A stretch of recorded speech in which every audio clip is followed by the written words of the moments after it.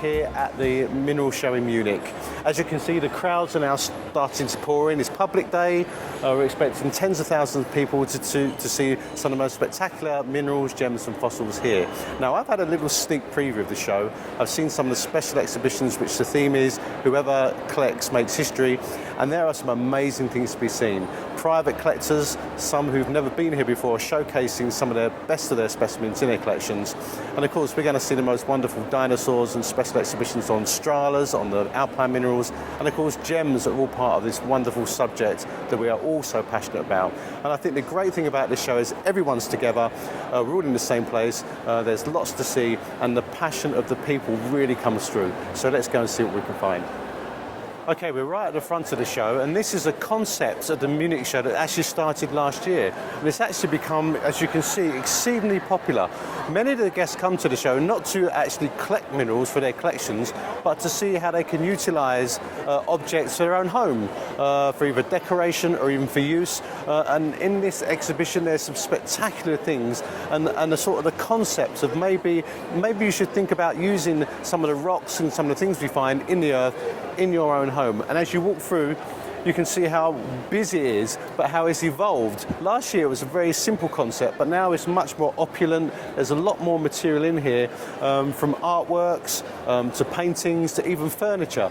And I think it really is a great way of bringing people who may not know much about the subject into the subject and finding out how they could use this type of material for everyday use. Good morning, everyone. Today we're in Hall A6. This is where, of course, the special exhibition is for the Munich Show for 2019. And the 2019 theme is whoever collects makes history. And really it's a celebration of all the treasures that we found from the remotest corners of the earth, from the far-flung continents, the highest mountains, but also the people who collect them have brought their treasures to show to everyone. And we'll take a quick look in the show and see what treasures we can find ourselves. Well, hi everyone, we're in a special exhibition setup, and I'm really pleased to see Fabian WIldfang. I know you have a fantastic collection, private collection. You're very selective, and now I realise how wonderful your collection is by just glancing at the quality you've brought us. Thank you very much.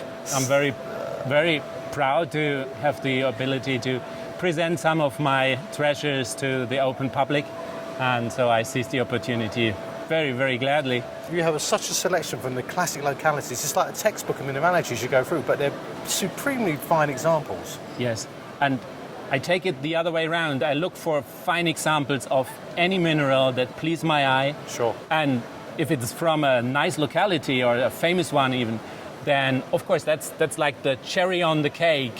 Right. But the other way around, it doesn't work. Yeah, I don't collect an old mine from somewhere just because it's from there. Yeah, sure. Yeah? So it's not the quick go through. Focus. This aquamarine is just stunning for colour, but also this very fantastic lustre. It actually looks like shimmering water in a rock. It is, yeah. It's got this parquetting almost on the faces, which I really, really like. And of course, the colour offset against the blue against the white is just what I'm looking for. And you've matched your cases up perfectly, like these sort of pastely blues and pinks.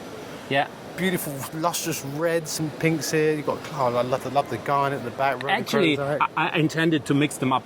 Coming from aesthetics, I have been very often told that the width of my collection is very broad. I have almost 200 different species in my collection, although the total is less than 1,000 pieces. So tourmalines, yes, I have a lot because they come in such a nice variety of colors. Yeah, color and range. But I do look for some rare things. But first of all, they have to be beautiful. If then they are rare on top of that, again, bonus same story. Time. Absolutely. Bonus. Can we just have a look at the cases down here as well? Yes, gladly. This is just superb. Yeah, it's from the Congo, and I like the encrusting of the white quartz on the wolfenite. Just around the edges, yes, like this. It picks it it's so everywhere, but on the edges it shines through, so you get this white hint from behind. And the colour of the tourmaline in the back. Yeah, it's an epitome of a rainbow for me. It's from Urubu mine in Brazil, and it's one of the finest examples from there, I'm sure. Yes, and then Madagascar and another Brazilian beauty. I like this spray type because it's the rocket type, isn't it? Yeah, it's almost like the carrier of a space shuttle, you know, with the central main rocket and the 2 tanks that it drops off. Yeah. But I typically don't go too much into this, it looks like a bird thing, because... So do you name your specimens sometimes? No, I name them after whatever comes to my mind. And look, fluorite. Maybe a fluorite. I call it fluorite. This is the zoning in this specimen is superb. Yeah, it's my television set.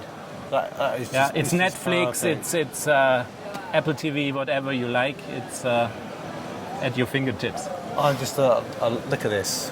Yeah, there are so many of from sitting in a dolomite. Yeah, like that. It's just and it's like a super. It's like a braided encasing around it. I like this very much. Of course, I love these. These are just classics. The etched topazes. Yeah. And again, it's an etched crystal. I like this rim around it. Yes, the rim around it. It's like a fur that you wear around your neck. Yeah. Well, I'll tell you what, everyone who comes to the show is going to be absolutely stunned by this, and I myself, the quality, selection, and the man behind the collecting, because it's whoever makes history, makes history. I try to. And it was not my primary reason, though, but as it appears, you cannot change it. So I'll just say it's great to see you. Thank you. Congratulations. Thank you, Alan. Thank you. It's been a pleasure. Cheers. Of course, we've just spoken to Fabian earlier, but I just want to point out just how many people are looking at the exhibition here. I find that his collection, he's bought some really choice pieces, and it's so popular, it's actually hard to get in front of the case to see specimens. But now I'm going to move in very quickly, hopefully, because there's one specimen that I think is fantastic, and that's the calcite rose that he has from China. It's a calcite specimen, naturally formed, but when you first look at it, it actually looks like a rose. And I think that is just fantastic that in the natural world we see patterns repeating themselves many, many times. And to see a rose like this and suddenly people realise it's not a rose, it's a naturally formed crystalline substance, make people really realise that minerals are great things as well, and even might, dare I say, attract some botanists to the subject. If they see these type of specimens, they're suddenly really enamoured and they're really fantastic to look at. I really do love this 3 cases here. These are from Federico Pizzotta. As we know, Federico is passionate about this locality, which is Elba, tourmalines from Elba. We talk about this concept of type locality. That is the place where the species was first found, and sometimes species or varieties are named after the locality. So, of course, the name Elbaite comes from the island of Elba, and these are a perfect example of those very early tourmalines that are still being sporadically found today. Most people think of tourmalines, they think of these lovely giant crystals from huge pegmatite fields as far from Brazil and Afghanistan, etc. But, you know, just in Italy and Elba, for hundreds of years, these small pegmatite bodies produce these most marvellous crystals and diversity of tourmaline on matrix, really highly prized. The real classics have these black caps on them, but every now and then some really anomalies are found, like these beautiful pink tourmalines, these rubelites, and just the way they sit in the matrix and the fact that they've been collected for over 100 years, I think it's really fantastic to see such a diverse nature of all of those. And there's one particular one here I just think is fantastic, is this one. I called it like the sugar coating or the snow coating, where you get these group of prisms, and on the top there's a quite light little frosting like snow of quartz or calcite, and I just think they're really, really beautiful specimens. Of course, we're in Germany, and what a better place than to see German minerals and European minerals. I love this case from the Berg Academy in Freiburg, one of the oldest schools there is in the history of mineralogy. We've got Laverna, really the father of modern mineralogy, about classification, identifying minerals at the time, because there were very active minds across Europe bringing out these specimens. And you see such classics as like Rosea Montana golds, Chessy France azurites. Of course, crystallography plays a big part. This is where people were studying the crystals to understand the internal structure of the minerals and then classify them according to systems where they can slot other minerals in as they were found. ground. So it was really, mineralogy is a very young science. It's steeped in history, obviously very closely allied to chemistry, because remember, many minerals were being discovered from which elements were being discovered, and actually modern chemistry is based on the study of mineralogy, including modern optics is study of crystals that are translucent. And so this is really the first part of modern mineralogy and modern science, chemistry and physics. And these are the specimens that both enlighten people, made people come into the subject to collect more and then to further investigations into them. As always, in the special exhibition, there's a real chance to see some large specimens. And I'll tell you what, large specimens always really go down well with the public, because the people think, wow, this really formed in the ground. I love this angle site from Twisset in Morocco. These came out many years ago, but the feature was their bright yellow colour. Pretty rare actually to get that beautiful size as well. There's two types of angle site there. But of course, signature stones, things like this tourmaline. Just look at the size of this Pedernera tourmaline.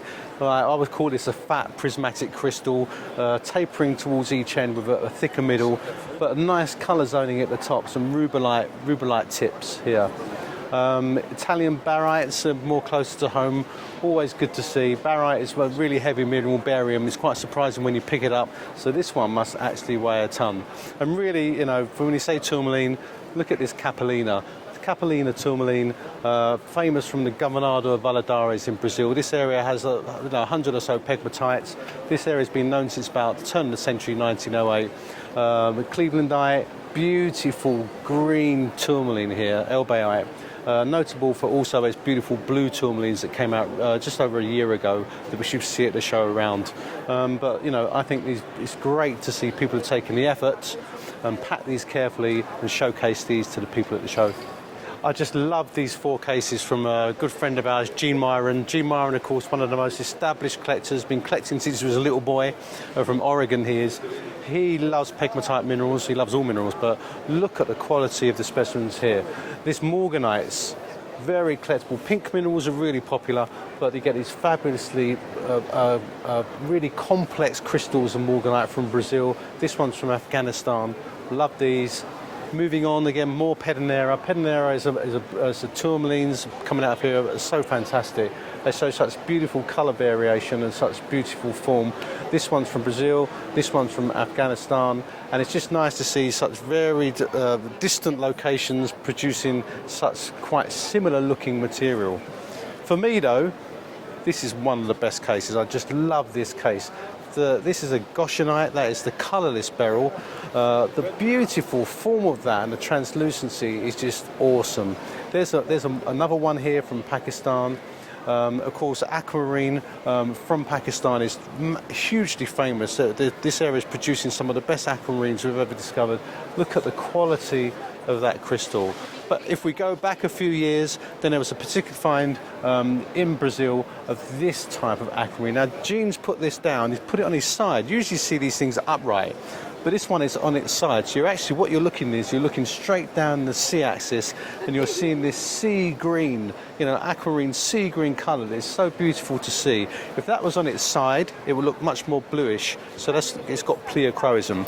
But on the surface, you may be able to pick out all these like triangular figures, which is just some growth features that are, not really shown much. And so to see it like that is fantastic. And this is a type of gem that I would say escaped the cutter's will. So, often if you imagine the miners finding this stuff, it's better for them from a monetary value to take this material and make gemstones. In this case, a person went to the mine and said, let's not cut these as gems, let's just keep them. And there's only about a dozen of these crystals in the whole world. And this one is one of the best I think I've ever seen. And we just go to the end. Another lovely mineral is kunzite, the lithium aluminium phosphate. Beautiful specimen from Afghanistan, but just look at this from Brazil.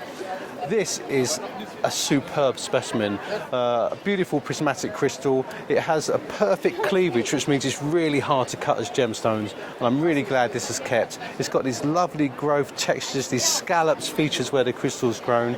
But of course, one thing about kunzite is its dichroism. It's supremely dichroic, and if you look at that colour now, let's go round the case and you look down this axis here, and you'll suddenly see this amazingly colour, this deep deep lilac purple colour. And of course, notwithstanding the shape of the crystal, once you see that dichroism, you instantly think kunzite. I think this is one of the best kunzites in the world, and it's so great that Jean's taken the time and effort to present it as it shows, and so for everyone to enjoy. Hello again, everyone, and I'm really pleased to say there's a newcomer to the show, and that is the one and only Jim Spann. Well, thank you very much. Jim, a great pleasure to see you. Our pleasure to be here. And it's your first time at the Munich Show. It really is. What an amazing show. We've been to many shows around the world, and nothing as professionally run as this one. It's really well organized. And of course, you come to the show not only for the first time, but you're exhibiting a beautiful portion of your collection. Well, thank you.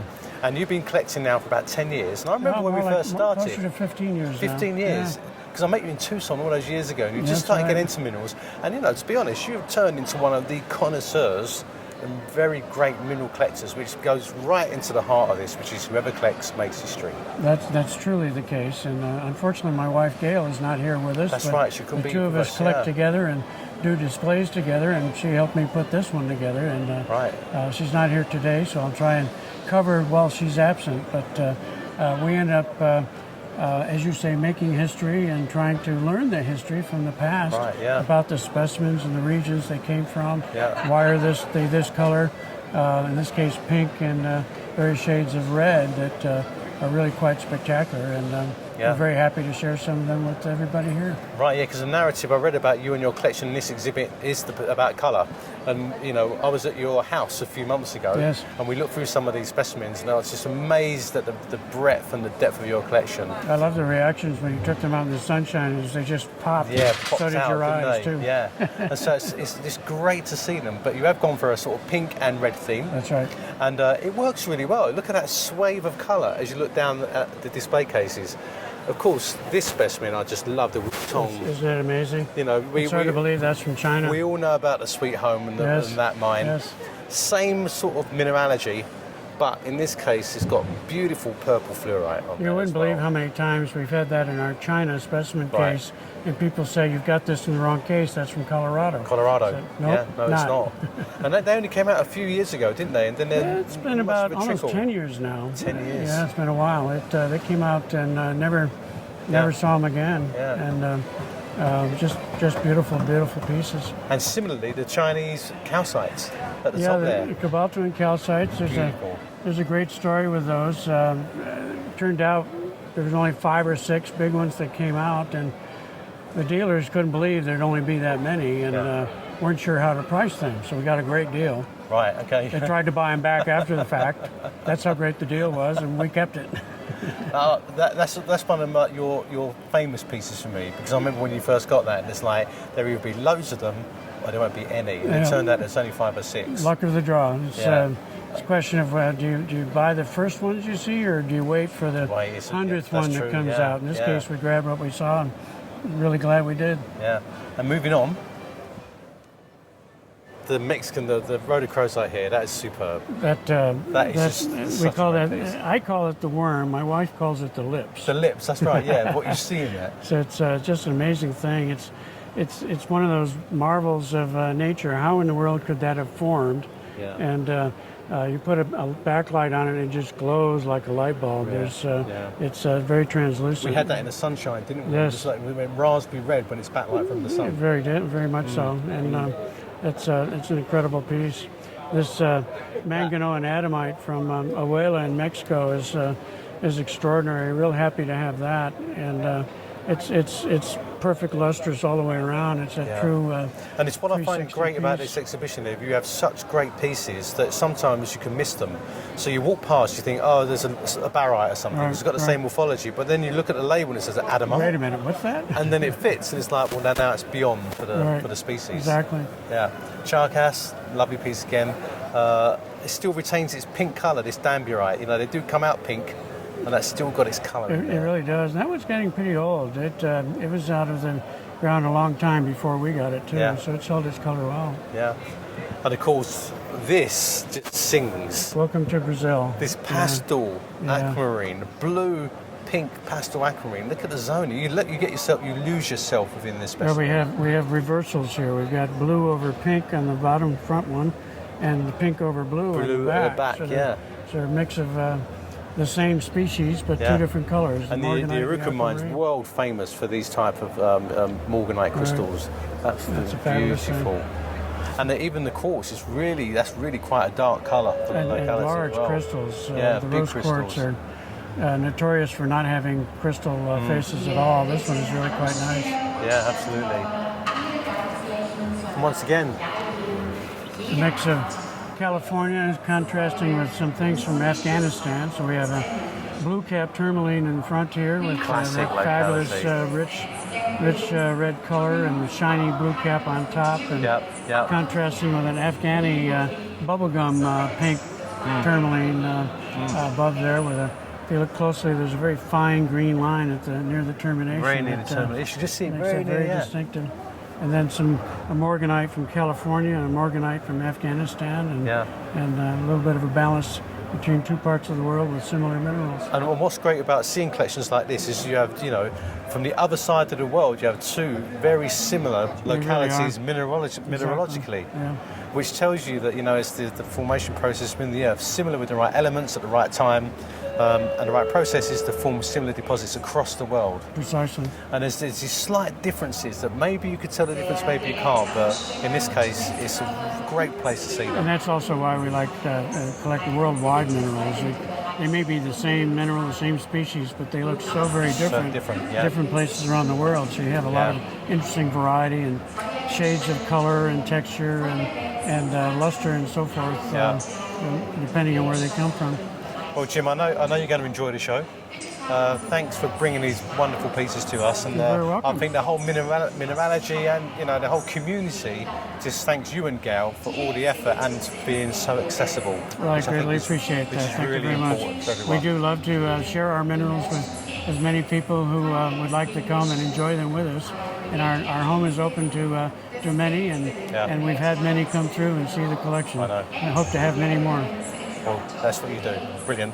Thank you. Thank you, mate. All the best. Thank you very much. Thank you, man. This is a lovely set of cases. I remember last year, Mario Powers, whose these cases are, bought this fantastic RUTILE from Novo Horizonte, Brazil. And it's great to see, again, he's bought some of the great parts of his collection. Now, Mario is a great specialist. He likes to collect undamaged pieces. He's particularly into the form and condition, but in these cases, spherules. I think this is great. This whole theme is about spherules in the mineralogy world. So you've got these wonderful things like, look at this goethite up here. It's just sitting on top of these tapering quartz, very indicative of Colorado. And there's another one here. You might have, we've seen some of the great microcline pieces from the Doris family. These are the same quartz, but with these beautiful goethite on the top. And just look, it's so attractive. All these different kinds of spherules, from prainites and actinolites from Mali, through classic Bisbee material, fluorites from India, and even the Romanian calcites. So these are called the calcite eggs, very famous for their spherical form. Moving on to this case, of course, can't forget things like malachites and new finds of these spherical olmeites from Tranning 2 mine in South Africa. Mimetite from Los Corralitos here, very nice. But I love this case. So we have a malachite here from the Congo. You can see it's part of the show book, so it's figured specimen. Great to see these nice prainites from the many of you may know the New Street quarries in New Jersey. And I was really surprised because I looked down at this case. Thought, they've got a nice big English hematite. And in fact, it's the one at the back that's from Egremont. And this is new to me. Look at this. I would have thought that was England, but this is actually from Morocco. A hematite kidney ore from Morocco, which is really quite unusual to me. So yeah, great. Even as you walk through, there's always a surprise, and that's one of the great features about this part of the show. Okay, I've said a lot that these are my favourite cases, but to be honest, these are some of my favourite cases. If I was to collect minerals, I would collect this size, and this is all about the size of the mineral. We see specimens that are this big, we see specimens that are this big, but these are miniature collections, and this was from Malte Sickinger. He specifically collects miniatures, but they had to be perfect. So when you look at the quality, these are like large specimens, but shrunk down, but there's perfection of crystallization that is just fantastic. And I spoke to Malte, I remember, over a few years, and he's always searching for the perfect form, the perfect crystal, the perfect combination. And he's this year, I think it's the first time he's put much of his best of his collection on display. Just look at the quality of this Orongo Mountain aquamarine. Perfect faces, lovely shawl just round the bottom. This selenite from Peru, beautiful cross-shaped intergrowth. And when you just look, it's just perfection in mineralogy. You walk along here, this apatite from Colombia. These came out from a big cavity a few years ago. A lovely stack of pinkish hexagonal crystals in a stalactitic form associated with calcite and quartz. Of course, we've got a tiny like quartz and bristolite here intergrown. I'm not sure. I don't think it's a gwindle, but I think it's just the quality of form and translucency. I love this shatterkite. This is this sort of velvety cavity. You're looking into a cave of velvety shatterkite. This one from Namibia. And just look, this is a relatively new find. These mango quartzes that we've now seen. These yellow tip quartzes from Colombia. Just look at that little spray, how it sparks out. And what's really unusual about this is a halloysite. They think this mineral is halloysite that's giving this yellow colour, which is actually a tiny nanotube fibres, and you can actually see variations in colour if you really look carefully. Veracruz quartz, lovely coloured crystal there. Beautiful zone fluorite from Spain, of course, very famous. And his last case, just look at that crocoite. Talk about a perfect mineral specimen, and I know there's many people, like photographers in the show, who would love to take some of these specimens and put them on show posters and calendars, which they do. So really, Malte has got, he's got a quality eye. I know that sometimes he gets large specimens and buys them so he can just take the corner off to prepare it into the present artistic presentation he does today. So for him, it's about form, perfection and colour, and of course affordability, which is very important for our younger collectors who might not be able to afford the flashy great tourmalines and aquamarines and topazes that we see, but are able to afford the similar but in a much more smaller form but still retain perfection. In mineralogy, at the moment, there's about 5,500 minerals that are known. Now, most of them are exceptionally rare. They might occur as tiny little grains, but there are also some minerals that are exceptionally rare, and they occur as rather larger crystals. Now, I know that these cases, Paul Stahl is a collector. He specialises in rare minerals. When I was looking through this case, there's one specimen that I just could not believe, and that was this big crystal at the back on matrix. This is catharsite, and was discovered in about the 60s, and this one is from the Bin Valley. Now, catharsite is a beautiful mineral, but it was really quite rare, but look at the size of that. And it was a calcium, iron, arsenite. Not an arsenate, but an arsenite, ASO3. So it's a pretty unusual composition. And the actual mineral's name for the composition, calcium, iron, arsenic, catharsite. And that's from the Bintal, which is a very famous quarry that produced a lot of rare minerals, and including things like Jordanites and big sphalerite crystals and even Realga. Highly collectible, and every now and then some crystals come out. But this one here, just absolutely, as we were saying, mineralogy just blew my mind. So it's really great to not only see the more common minerals, but also to come and see the rare minerals that you might have only read about in papers or just read about briefly, but to actually see them in the flesh is really fantastic. Well, we've seen some of the fantastic exhibitions here at the show. This really makes the show a signature go-to place in Europe. But now let's go out to the main part of the show to speak to some of the dealers and the collectors and just see what treasures we can find there. Well, here we are. It's very early this morning at the Munich Show. We've managed to grab Ian Bruce, great friend of mine from the UK, who of course is the owner of Crystal Classics.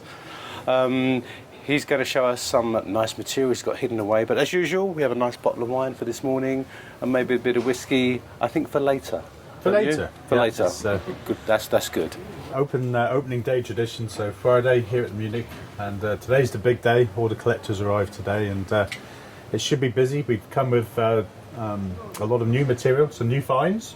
Okay. And some of which I'll show you here. We're in our back room, which is one of the things we're very proud of here at Munich. Sure. And, here, this year we do have some super things, so we'll go through some of the new finds. These are a new find from Bolivia. Oh, and wow. They've started to get really good. This is straight from the mine. These arrived with us a couple of weeks ago. And the scale of these bornonites, this is reminiscent of the best of Herodsfoot. Herodsfoot in England, yeah. Of course, as our viewers will know, Herodsfoot produced the finest bornonites But of course, I think they still hold their own, don't they? But these are fantastic. Yeah, we're just missing the nice quartz combo, but these things are so sharp and lustrous, and you know that's a And super you one. can exactly see why they used to do mine. Is just call them cogwheel ore because they look like cogs. The crystallography, they're twinned, all these like cogs, and the mine is just call them cogwheel ore. Yeah. But these are really, these are recent. They are recent, yeah. Yeah, brand new from the mine. Yeah. Wow. This is one of the ones we're really proud of. Wow, what a group. Yeah, what a group, huh? Good morning. And it's really nice because it's growing on the grey matrix is fibergite. And it's fiberglass. Yes. Yeah. Wow. Look at that. That's a lovely. That's really aesthetic as well. The way they sit together. I always look at the back as well. See these cogs are penetrating this matrix, aren't they? Yeah. They're Fabulous thing. they actually going right through there. But the quality. The quality is Luster, outstanding. really. What I like about Bornite, it has that sort of that look. The crystal faces, they're obviously metallic, but it's lovely sheen and brightness to them. And it's amazing to think it grew in the ground. Yeah. It's always one of those things. Nature's processes. The grand design. Incredible, yeah. You know, this is a species that you never see a matrix group of. They're always single crystals. And about 2 months ago, we bought some really super specimens from Pakistan. And it's the first time we've ever had matrix groups of verinonites. Redonite, yeah. Yeah, one of the really rare phosphates. And, you know, only ever single crystals, but, you know, here we are with a fabulous group. Wow. What a thing, huh? It's got quite a distinct colour, isn't it? When you actually get your eye in. But this would actually fool a lot of people if you gave it to them and say, "What's that?" They might have a bit of trouble. There's very because few you never people that see them together like this. You never see a good one. And it's almost like a rib, isn't it? Where they're all sort of going through. Yeah. That is brilliant. Before the show, we bought a very famous collection here in Germany. It was the Hans Engelbrecht collection. Okay. And Hans has been collecting, you know, he's in his late 80s now, and he'd been collecting all his life. And his collection was really one of the finest that was put together of European classics. And back in the 80s, he ended up with a big batch of minerals from the Berg Direct to Geipel collection. And within this collection are some of the best European classics we ever saw. And this is one I was really proud to get.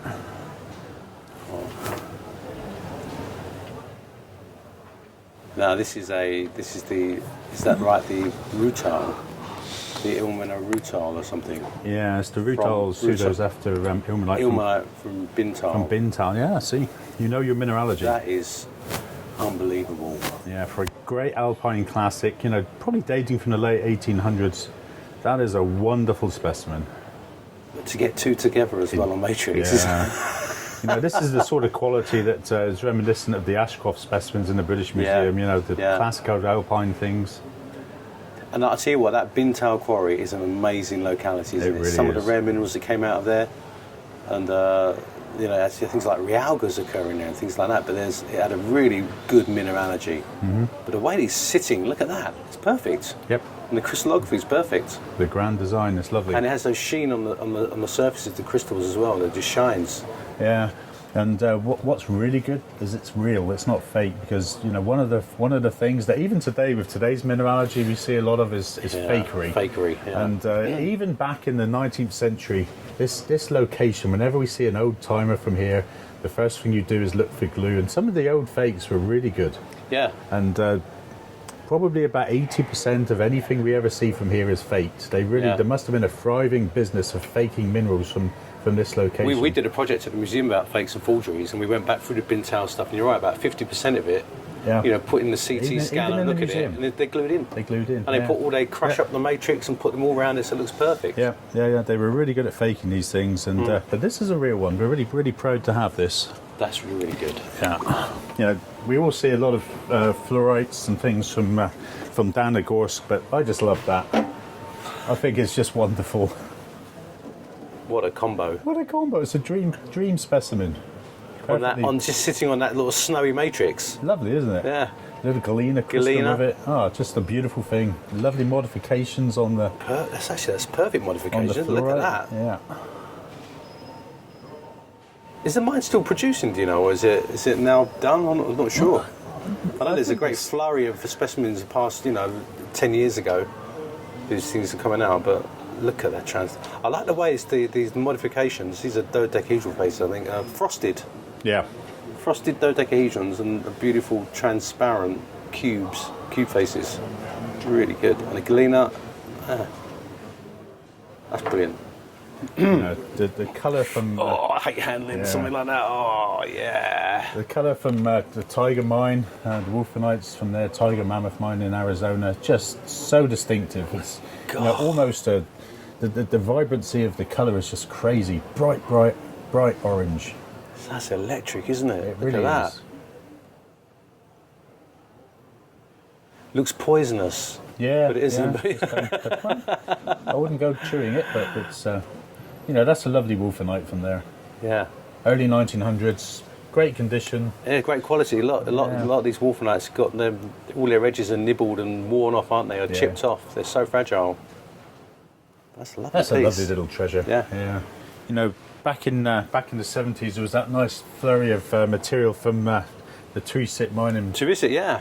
In Morocco, and man, that's good. This is wonderful, absolutely wonderful. And they're coarse as well, aren't they? These are quite coarse crystals. Look at that. With nice, you can see the zoning as well. I don't know if you pick it up, but you can see the lovely zoning. That sort of lemon yellow centres going to orangey, amber orange to the external. You see it here on the outsides. Absolutely beautiful. It's an all-round piece. It's almost a floater, that, isn't it? Yeah, just little small attachments here. Survived really well. What a beautiful thing. But this is another specimen from Hans Engelbrecht, and the mining regions of Saxony and Germany were really famous for their silver minerals, and yeah, of course, these are really rare. In 30 years, this is the one of the very finest I've ever seen. It's God, the size of the pyrrodorites on this thing are just crazy. Is this Andreasberg? No, it's Saxony. It's Saxony? Yeah. Wow. Big stacks of these like pseudo-hexagonal crystals, yeah? Yeah. We can see them growing up here. Wow, that's really good. And very distinctive. This is actually from Niederschleimer. Right, yeah. And that was one of the famous, the best, the most prolific silver sulfur soap producers in the world. And the size of these crystals they're just enormous. Again, dating from probably the late early 1900s. So this I was really proud of. It's again, this is something you know exactly what it is, but it's one of the nicest we've ever had. It's just a lovely thing. Yeah, actually, calcite. It's palaflat. Yeah, it's lovely oak label with it. That's a quality with a luster. It's lovely, isn't it? Calcite from northern England, really famous. It's one of the nicest we've ever had. What I like about it is that little frosting of iron oxide hematite just on the top surface, yeah? Yeah. Look at that. Just sits there beautifully. And actually the crystals are so good, you retained that sort of almost like melted look to them. That rounded, vitreous like luster. This came out of an old collection, yeah? This is all from the Engelbrecht collection. Again? Yeah, he was, he had really super things, very good taste. I was remarking a few days ago to some of the collectors, it's amazing how much English material got out there, isn't it? Yeah. Well, England was one of the most prolific producers of mineral specimens back in the 1800s. We probably produced more than just about anywhere in the world. Yeah. Fluorites and all the Cornish minerals and the calcites from Egremont. It was pretty impressive. They really travelled. Yeah. That's beautiful. So I'm going to show you actually one more specimen that something I very rarely do is show something we just bought at the show, but at this show we bought something that I just love. It's just beautiful, and I'm going to pull it out of this cabinet. Okay. This is just lovely. Look at that for a stunning specimen.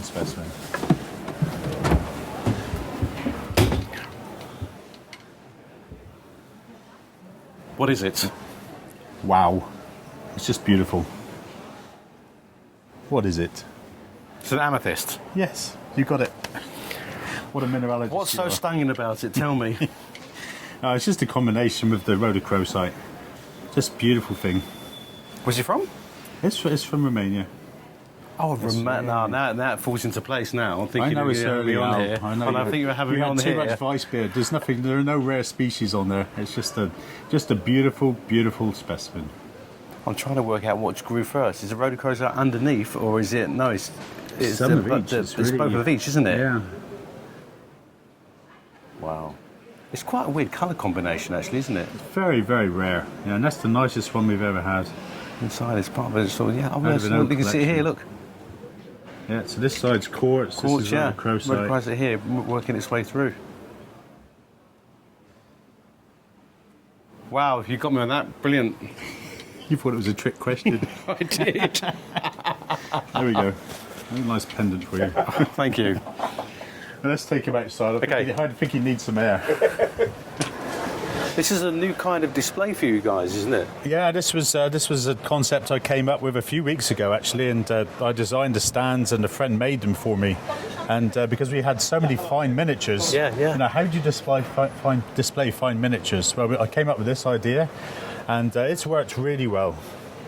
And we've done the whole thing. It just shows a range of colour and the form. I think that's fantastic. It's just lovely. And we did the whole display with no labels. It's like and we a made museum. a catalogue. So there's a catalogue to go with each one of these displays. We have a catalogue like this. So it's it's a new dimension for minerals. So we're going to do more of this. It's worked really well. People love to see the minerals and then you can talk to them about what they are. And Yeah, and when I was looking at the special information. exhibition, you find that in there's some miniatures and thumbnail collections, because people may not want to take the big stuff, but they want to pick the perfect miniature that defines species. Yeah. And that's just perfect for that sort of thing. People looking for that one they want for Yeah. their collection. That's really good. No, it's worked out really well. So we've been able to theme it again. So sumeb and golds and coppers and gem minerals and by gem mineral species and localities. Wow. yeah, this is lovely. What a great combination. This is one that would have come out in the 90s. Yeah. And But that's so indicative of the locality. But the way this one sits, it sort of goes back like this. yeah, Brilliant. Wow, look at that. Perfect crystals. Look at the colour. Deep. It's unusual to get a group. very, very. Usually these little singles here and there. Exactly. This mine was from mainly in the 70s. It came, and very few of these survived. Very rare chromium rich. I tell you what, it's always nice for me when I see things. Look at the matrix as well. So now that's the surface expression. But look at the matrix where you see these urites in pyrite. Looks like, doesn't it? Quartz and pyrite. Yeah, Or is it pyrrhotite? Yeah. Pyrrhotite. Yeah, this just so perfect for Romania. Platy. Look at it this way. This is it's like a real little flower in there. Oh yeah, look at that. That's rare. That's a lovely thing. That was surprisingly rich, that deposit of gold. In the museum collection, we have a lot of these. Not anything that rich though, I don't think. Azurites. And a stalactite. Look at that. Very sculptural. Isn't that great? Where's it from? Have a guess. He's probably on the spot. I do. You deserve it. This is something rare, and this is Is it European? What's in the case? So is it going to? You could say Chessy. This is old world. 'Cause it's in Europe. Yeah, it is. It's European. It's old world.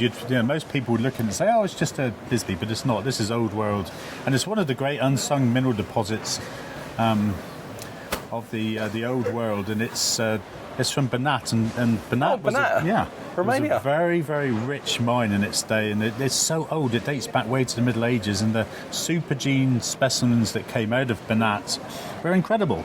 Yeah. And what's represented today, what was saved is it's a pittance of what must have come out, because some of the specimens, the quality was wonderful. But these look like azurite stalactites. They're azurite all the way through. Azurite all the way through. Apart from it's very central. Look at that little tip of malachite just there. Yeah. It's azurite all the way through.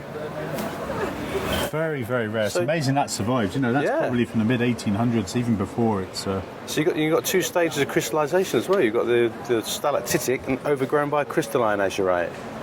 Sorry, just look at this. I always love looking at Kongsbergs. Yeah, it's nice, thick, ropey wire. That's really good.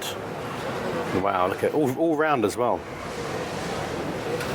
I went down the mine many years ago, and it's just an incredible mine to go down. The endeavour to make that. It's a deep mine. This probably came out in the 1950s. Oh, Jamaica, fluorite. England, Northern yeah. England fluorite. Blue. Florence mine, just a real Florence. classic. Nice because it's got the little blades of barite with it. Yeah. Florence the mine rare was classic fluorites. for these blue fluorites. Yeah, very rare. And on the dolomite. Which On was the a lovely dolomite. combination. That's what everybody wants. You don't see many with barite, no? All round here. Yeah, typical matrix. Look at that. That's really nice. Look at that. What a strange habit. That's from Irongo. What a beautiful thing. What a strange thing. The Irongo fluorites are really weird, their morphology.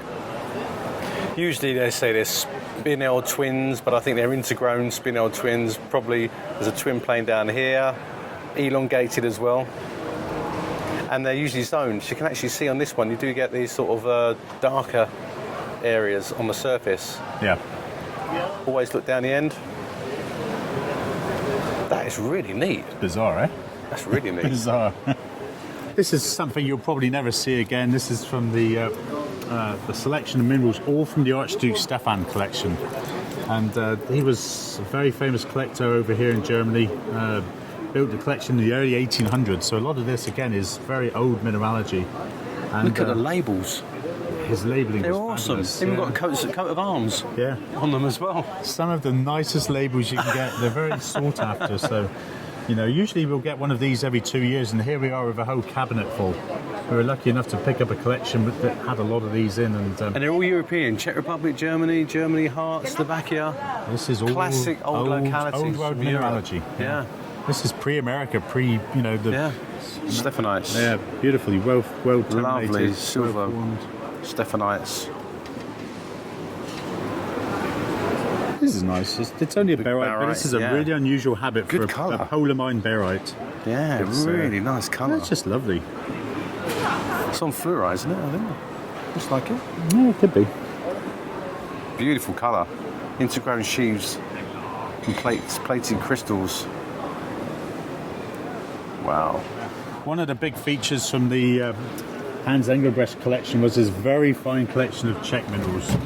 And he was collecting minerals, you know, back in the 50s, 60s, 70s. He lived on the Czech-German border. Right, And he okay. was very well placed to pick up all the best of the old tin mines in Schlagenwald. And, you know, Oh, wow. That was Yeah, the you- front oh, your cover of front Lapis. cover. Look at that. Just lovely. Lovely, lovely, Look lovely. at that. Schlagenwald cassiterite. You know, and before, you have to picture this, before China, Yeah. before Bolivia, you know, these were the world's finest cassiterites from this location. Look at the luster. Yeah.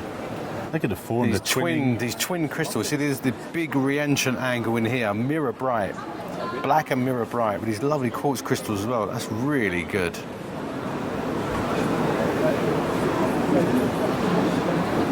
God, that is fantastic. It's lovely, isn't it? Yeah. I like that. Yeah. Oh wow. This is a huge bornonite from Pribram.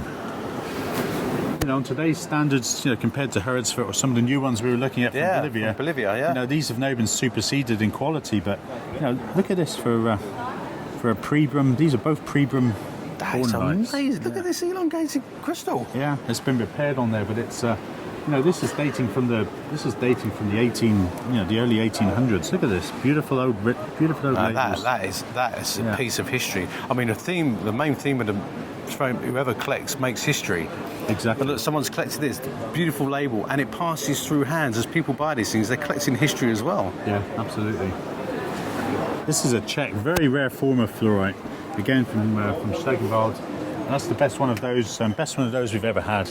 How bizarre! Yeah, it's lovely. Just like a It's almost highly almost modified. spherical, but it's just a load of polysynthetic cubes stacking together. So that would be your cube face, I think.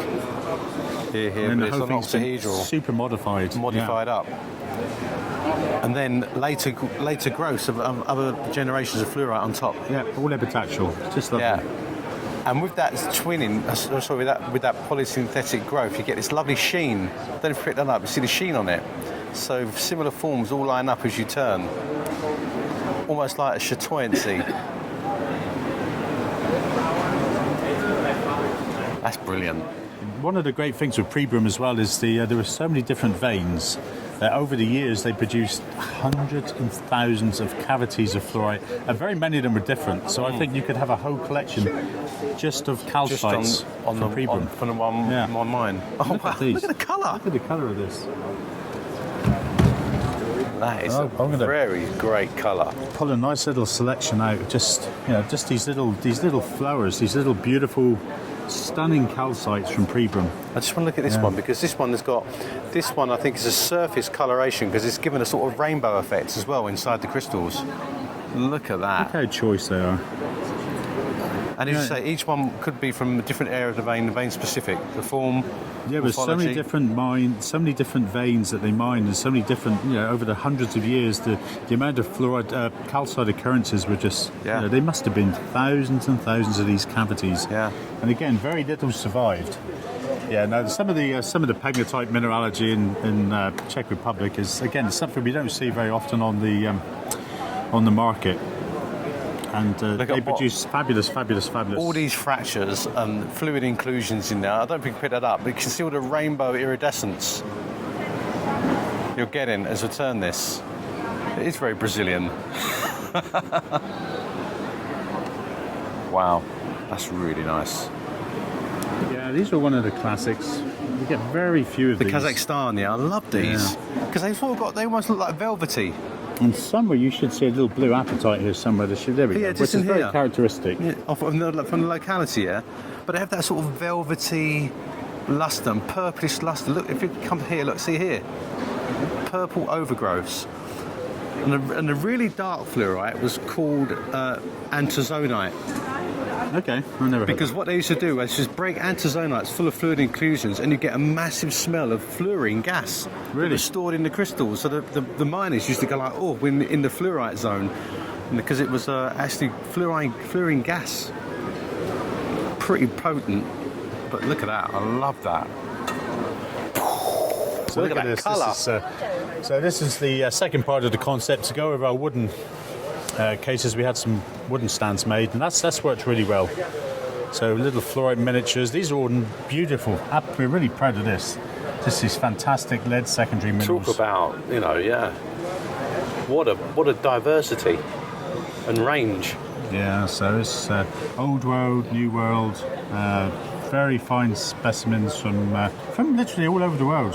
There's French, there's German, Mexican. And what's good about this is people who are new to collecting, because we always like to get new people in, are amazed by the range of colour as well, isn't it? And diversity. And I think that's really important to show that, because sometimes we only may see one or two specimens, but you don't get the full gamut of what the earth has to offer. And this is one of the most popular sizes to collect. Yeah. Certainly in the Asian market, we have a lot of customers come to us every year, and they always buy this size. So it's something that we enjoy putting this together. It's just beautiful. It's fun.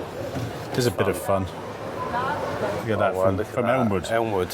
What a crazy fluorite. Strange. Super etched, aren't they? Yeah. I like this little remaining cube at the top there. That is beautiful. I love the locality, lovely. Rum Jungle, Rum which is Jungle. like brilliant. These are really good. What a combination. Pyromorphites on malachite. Malachite, it's just lovely. it's so good. These ones are just so bright, aren't they? They're almost like the Georgenstadt, old pieces from Germany. Yeah. Classic. Dry gill. Yeah, the Campbellite heart. That's brilliant. Look at that. Nice. This is from Dry gill in northern England on the Corbeck Fells. You get these lovely spherical balls of like burgundy-coloured mimetites, curved. But that's really shows this one off, doesn't it? Yeah, it's lovely, isn't it? That is fantastic. These are nice. These are all from the La Marita mine in Mexico. They're a very nice Oh, selection. they're more from recent, there. aren't they? With the mimetites. The mimetite. Yeah, these are lovely. We had a nice selection from there. So these came out just recently, and they're going to be their own classic, aren't they? They're an instant It's classic. an instant recognisable combination. Yeah. Mimetite, lovely amber-coloured wolfenites with a slight frosting over them. I think that just adds to it as well. Sometimes you can take this off if there is something, a surface coating, but I sort of love that. Look at that. Yeah, it's like a little flower. Yeah, these are new. These are from, of all places, from Zimbabwe. Amethysts. Yeah, nice little scepter amethysts. Again, something different, not expensive, just nice to have something new on the stand. From Zimbabwe, you said, yeah? From Zimbabwe, yeah. Wow, that's really unusual. It's new from there, isn't it? Thank you. Congratulations again, and I'm going to spend some time with you later. Brilliant. Cheers, Ian. Thanks, mate. Okay, I'm really happy this morning to be sitting with Jordi Fabre. How are you? Nice to meet you. Lovely to see you. Love to see we're going to have a conversation today about minerals in general, because when we come to these shows, the sheer diversity of what you see is pretty amazing. From the most expensive minerals to the cheapest minerals, big, small localities, colour. And so with that, the question always comes up to people who want to get into mineral collecting: what should I collect, or how should I collect?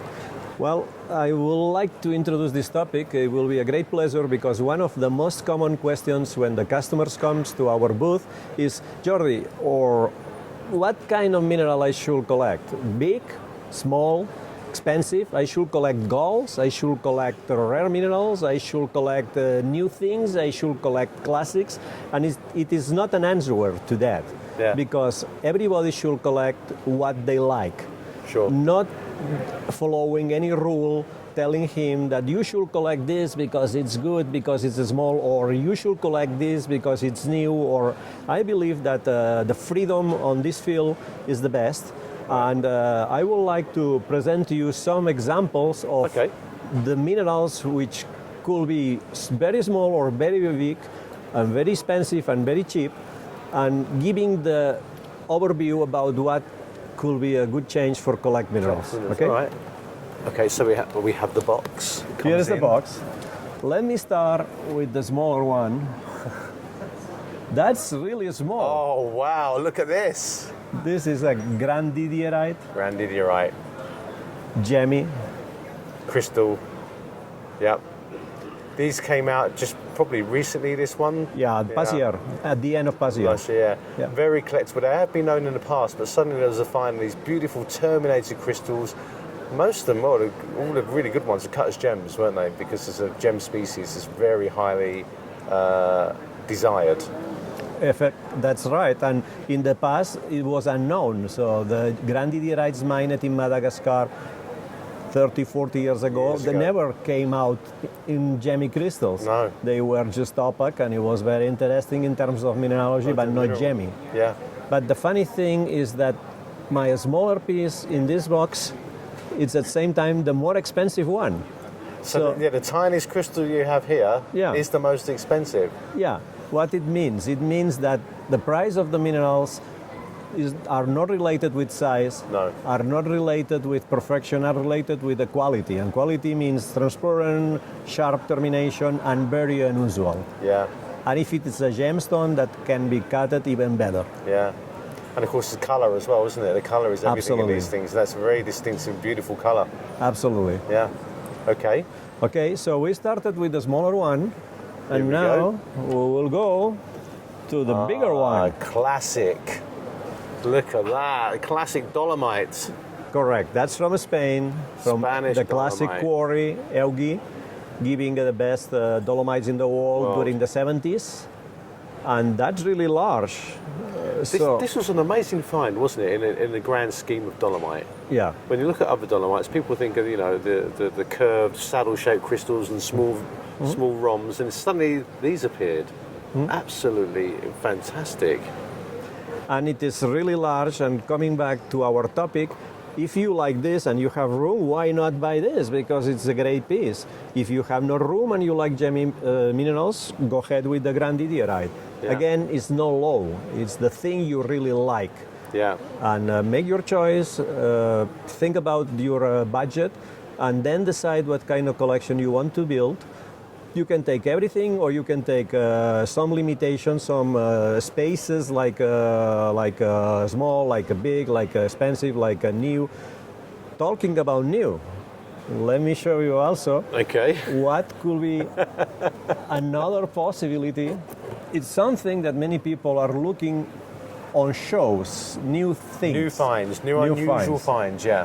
These are calcites, pure calcites, proved after analysis. They are not pseudomorph of anything else, Right. just calcite. Calcite. And following a style named Canonspath in German. Cannon spar in Canonspath German. Yeah. in German, coming out in the past from San Andreasberg long time ago. Yeah.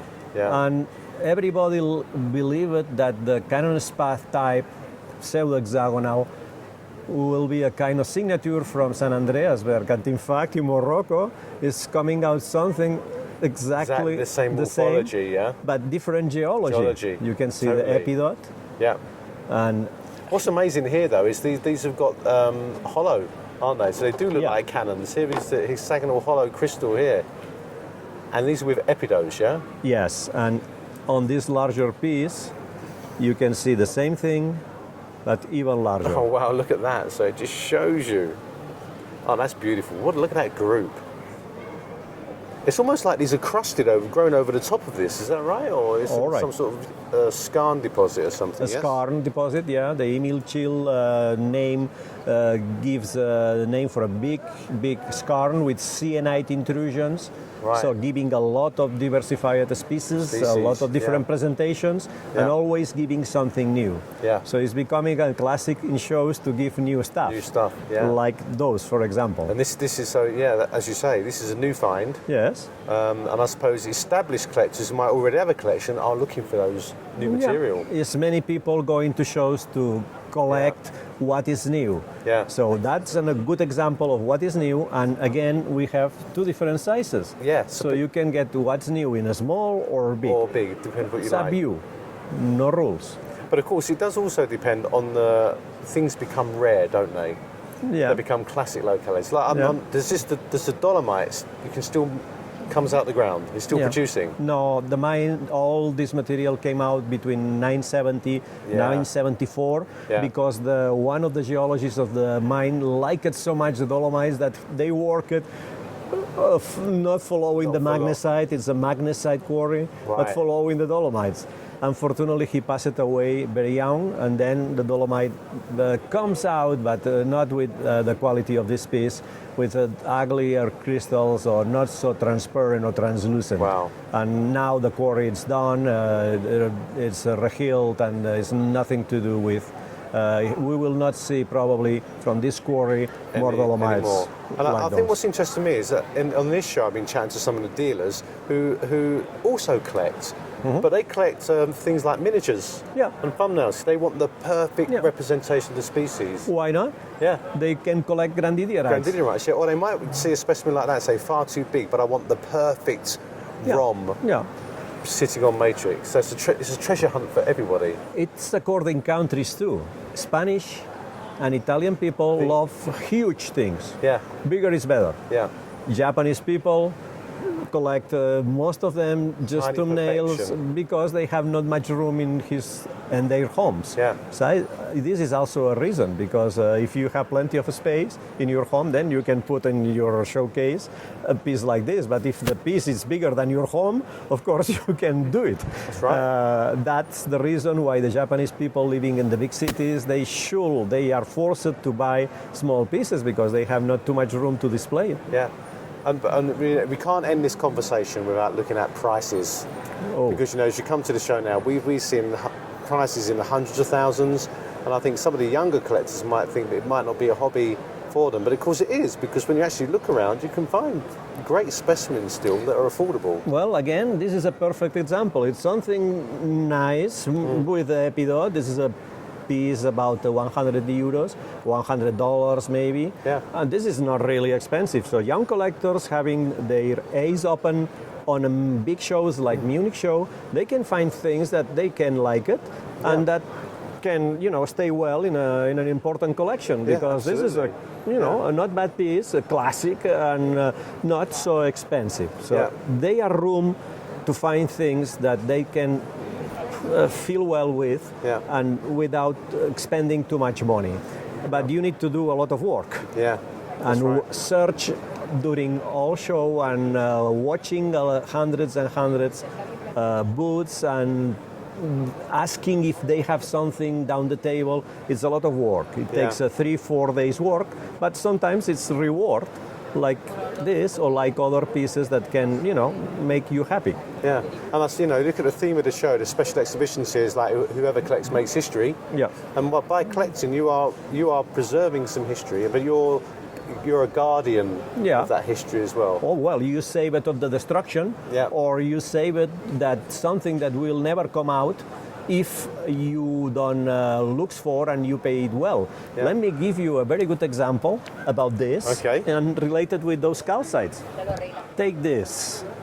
I saw that earlier when I came in, actually. This is the Sagrada Familia in Barcelona.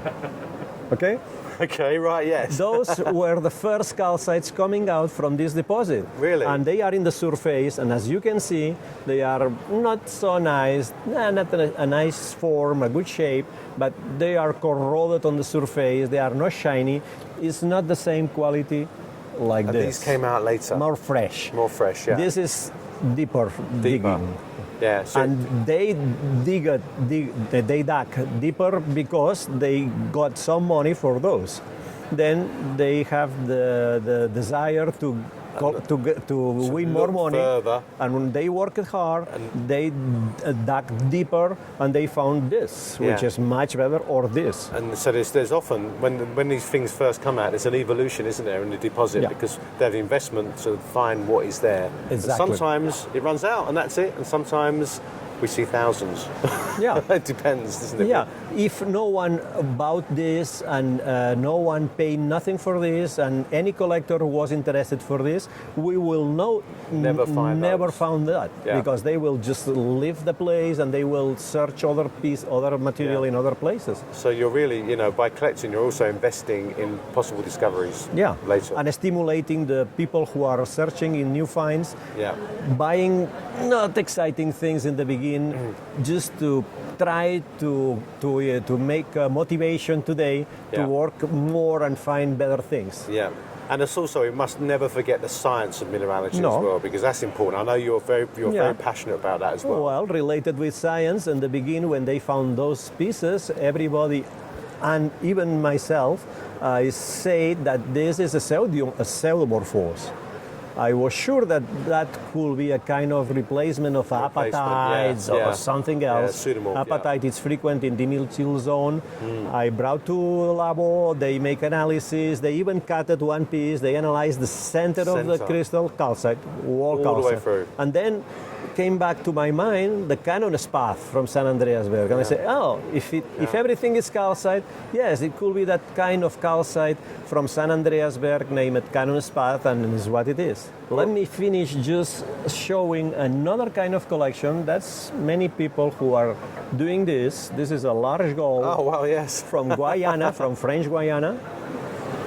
And if you like golds and silvers and gemstones, why not? Yeah. If you have the budget to afford and you want to collect just this kind of material because you feel well having a so expensive stuff that has always a safe value, why not? So, absolutely, yeah. And I tell you what, I call these like public engagement rocks, because when you've got children and you put one of these in their hand, they go, one is gold, it's valuable, and they go, wow, it's so heavy. So heavy, yeah. So it's the first, sometimes their first thing into science, and why is it so heavy? Yeah. And you can start doing chemistry. And then you can explain a lot of things that maybe you can't explain with a calcite like this, because they are not excited. But you say the magic word gold. And you catch motive and the stories and treasure hunting, and that's a lot of the young kids get into the subject by those sort of things as well. That's the story. Collect what you want in the terms you want, according to your budget, and be happy doing that. And you can change anytime you like to do something else if you so desire. You can collect some other species or other themes. It's down to you. Do the thing that makes you happy. Absolutely. That's the thing to do. Absolutely. Well, Jordi, it's been a real pleasure talking about Always this. a pleasure. And I hope to see you next year in the same place. I expect to be here. Thank you. Thank you very much. Thanks, my friend. Okay, everyone, I'm really pleased to say hello again to Rob Lewinsky. How are you doing, my friend? Welcome again. I went to Rob's symposium this year, and I'll tell you what, it was probably the most fantastic event in mineralogy for bringing people together in terms of learning about minerals, people giving lectures, and of course the young mineralogists club that you bring with you as well. They bring themselves. I think there were 30 of them. Yeah, that's right. Yeah, so they nucleated at Denver last year with Lauren McGaw and Gowan, Fiora. I think that was brilliant. And now there's hundreds. And of course, what you do, you have, like as we say, from the top end minerals right down to the rare species and everything in between. So what is Munich Show for you? You brought a selection of everything. Well, I'm a sick person. I started this as a collector, and it's a disease, and so you can't just give up on the kinds of minerals that that got me into the hobby and made me what I am. Yeah. I like the whole range. And I even noticed that what some people may consider a rather dull rock-forming mineral. Ouch. So yes, as you to have Munich, a diopside, a huge diopside crystal. we're getting to the point. So what you're saying is vertical, low to high, and common to rare. Exactly, yeah. So yes, that's what I bring to Munich. I don't have enough room here. It's not like Tucson close to home for me, so we just bring a little bit of everything. Yeah. But I think in particular, this is a crowd that can appreciate things that are really rare examples of normally ugly species. So that's a diopside from Afghanistan. That is amazing. It's been nicely prepared as well. Yeah. Really lovely prepared. Look at the morphology as well. It's really good to get look at the morphology of these crystals. So when I started collecting minerals, I started collecting thumbnails. Carl Davis. Okay, really, yeah. Carlton Davis was my mentor, and then Bill Pinch and people like that. Yeah. And so one of the first things they taught me is whenever you get rock-forming minerals that are good crystals, you just buy them. Things that are normally the components of rocks that good crystals sit on, if they exist on their own as a specimen-worthy piece, just always buy them. And I still follow their advice today. That's perfect. I love that. Right, I love the bow tie tourmaline. Beautiful. Well, we cheated a little bit, right? They don't grow like bow ties. Yes, I know. but this is good for people to understand. This is the modern art of mineral display. It would have been a flat plate, and it was about this big. And when I bought it, it was larger. And we as dealers have to use our eye and take risk at the labs. Yeah. So I went for that aesthetic by trimming away and actually removing a chunk of the tourmalines to give it the shape. The shape, yeah. But that's what makes the modern market, is it's our ability to do that. It's artistic license as well. So it's beautiful. I really like that. Yeah, thank you. So I'll just say it straight out. There's a lot of people who say Chinese silvers are fake. And I have seen odd-looking little silvers, I admit. But these are definitely not. This is from Hongda Mine. And you can see it's grown in and among the calcite with little balls of calcite floating in the silvers. It's so delicate, isn't it? Just like Kongsberg. You see this from Kongsberg too. Yeah. But they weren't collecting these matrix pieces. The Chinese, for years, thought they were more valuable just off the matrix. So you see the pure silver. So it's really only recently that big chunks have started coming out. And actually, if you look really carefully, you can see silver embedded in the calcite in the matrix as well. Look, in the vein itself. Right there's a wire you can pick out. So, it's really delicate. I love the way these things it holds some of the vein rock in there as well. And those are actually calcite crystals. Crystals, yeah. Which if very similar to Kongsberg as well. They get all over them, don't they? But remember, initially the Chinese silvers weren't. One, because they purposefully broke them off the matrix, and two, because they dipped everything in acid. So if there were calcites, dissolved away. They go away. Yeah. That's lovely, mate. Good old friend, look, an old buddy from the old the homeland. Actually, I think it may have come from your old museum at one time. Let's see. Shock. One we exchanged back in the old days, yeah? Wow, that's really nice. That's a good one. So do you know that these fade after 100 years? Yeah. So most people don't realize They you do. can put them out in the sunlight and sometimes they blew back up and it's supposed to last another 100 years. You're the first person to mention that. You've never heard that? No, I've heard of it. Oh, When I say to people, like, they do fade, and you can actually make them go bluer. You're the first person who's independently said that to me. That's really cool. I've looked at these things a long time. They're these big wedge-shaped crystals. So this pristine. is classic. Yeah, it's perfect. It's very meaty compared to most of them. That's a really nice piece. No repair, no damage. That's really good for there. It's got a great luster. Yeah. So these are often mislabeled as Sumab, but it's from, so far as I know, it's from Burgakis. So Smithsonite, is it? It's Smithsonite cast after something. Cast over. Some people label them after aragonite and claim that as proof they're Sumab. To tell you the truth, I see them about half labeled Burgakis, half Sumab. but I think it's Bergakis. But it's beautiful regardless. That's really intriguing, isn't it? Mm-hmm. Not after disclosite. It'd be very difficult. The shape is totally wrong. Yeah. But yeah, very nice. I love this. They always get these curves. You get these dioptases, don't you? Recently, that have this sort of curvature. From Minduli, yeah. somewhere. Yeah. So I don't know. I don't know that we really have a satisfactory explanation to what forms these, but it doesn't matter. They're beautiful. Right. And I just noticed this is great on matrix. Phosphorus on matrix from the famous mine. Look at that. So this is from the old great. finds. Would you believe I sold this here at Munich in the late 90s? It was a cabinet piece really? at the time. Yeah, with this stuck in the middle. What's great is it shows you the paragenesis. That's right, yeah, the vein. Really see how this forms in association with the galena and the other minerals. Wow. And that colour is so indicative. I mean, once you see that colour, you think, oh, it's unique. Beautiful, unique, yeah. Yeah. Love it. This is not big, but it's special. So a lot of people know that after the earthquake, was it 2008, the Sichuan mining really shut down. The tunnels are old, they're not well maintained, and you had to use dynamite, which was then forbidden that close to the pan to preserve in an earthquake country. So the townspeople started working other vein outcrops on the same mountain. So this is actually from the new deposit. It's on the same mountain. It's more lateral to the town of Pingwu, whereas the traditional mine was a higher altitude entry. Beautiful and goshenite, it's not big, but it's the best quality I've yet seen. It's totally transparent. But it's a new tunnel. And colourless, a new tunnel, yeah? Yeah. I tell you, look at on the lepidolite it's on. It's just like silvery metallic lepidolite. That is really pretty. Was the camera getting that? And I look at the beautiful morphology as well. These tiny prisms all around the face. I don't know if we can see those, but that is really nice. So, you know, everyone thinks this location is dead. Yeah. The old mine entry is more or less dead, but it's really starting to produce again. And things are just subtly different when you look at them than what was produced before. Is this the same locality where the big cassiterites came from as well? Yes, cassiterites, scheelites. Scheelites, yeah. The scheelites from this new entry are also different. They're more elongated and they're less gemmy. Okay, right. More reddish.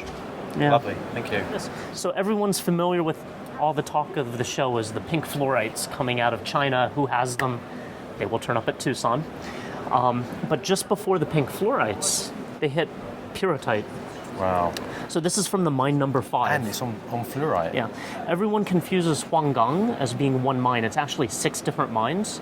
So it's like in the old days when we finally found out Downogorsk was, I don't know how many different mines, right? Suite of mines. Yeah, well, then it makes sense why you have all this random stuff in one place. Huanggang is also 6 different mines. So this was mine number 5, and they tend to run in shifts depending on the needs and the opportunity. So these pyrrhotites very, very quietly came out between the summer and now, and I think they're among the world's best when you look at the quality. On purple fluorite. Are they twinned at all, do you know, or something? I don't know. Something weird. Yeah, it's I love the way they're grown. Look at that. These lovely steps on the surface. Nice combination on fluorite as well. So at Tucson, you'll see I will have some of the larger ones. Oh, right, okay. Crystals to this size. Oh, wow. So really world class. It sets the bar for the species, yeah? And again from Huanggang. That's crazy. The true story is, and to put China in perspective, Huanggang minerals only have been coming out since one graduate student in Guanghua Liu's department gave a talk at the Beijing University and showed pictures of these things 15 years ago. Before that, it was being mined 30 years. Everything was destroyed. Wow. I'll tell our viewers, I was lucky enough to visit your private gallery and your Chinese collection. I'd never seen anything like it. It was incredible.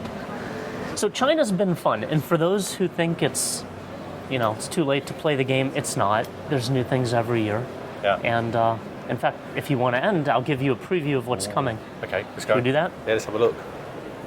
All right. So the find was massive. Wow. And it actually produced enough broken bits and pieces that we could cut. So this is fluorite, red fluorite, and inside there's lots of curvy fibers. Look at that. Yep. Now we did, the rumour mill. We've heard a lot about these things being found, Yeah. but to actually, when you see them, Gonna put this put in it a under the little. light there. Go back a bit. Wow, look at that. Yeah. So the problem is you really have to see them in person to compare. Yeah. There's red pink, Yeah.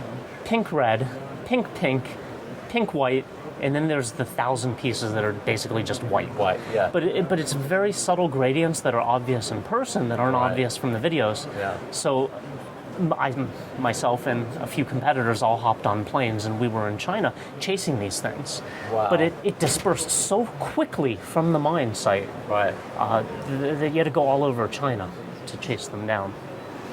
I tell you what I love about these is these little random growths as well of Yeah. fluorite around. Yeah. Look at these. Yeah, very distant. These almost like little babies hanging on.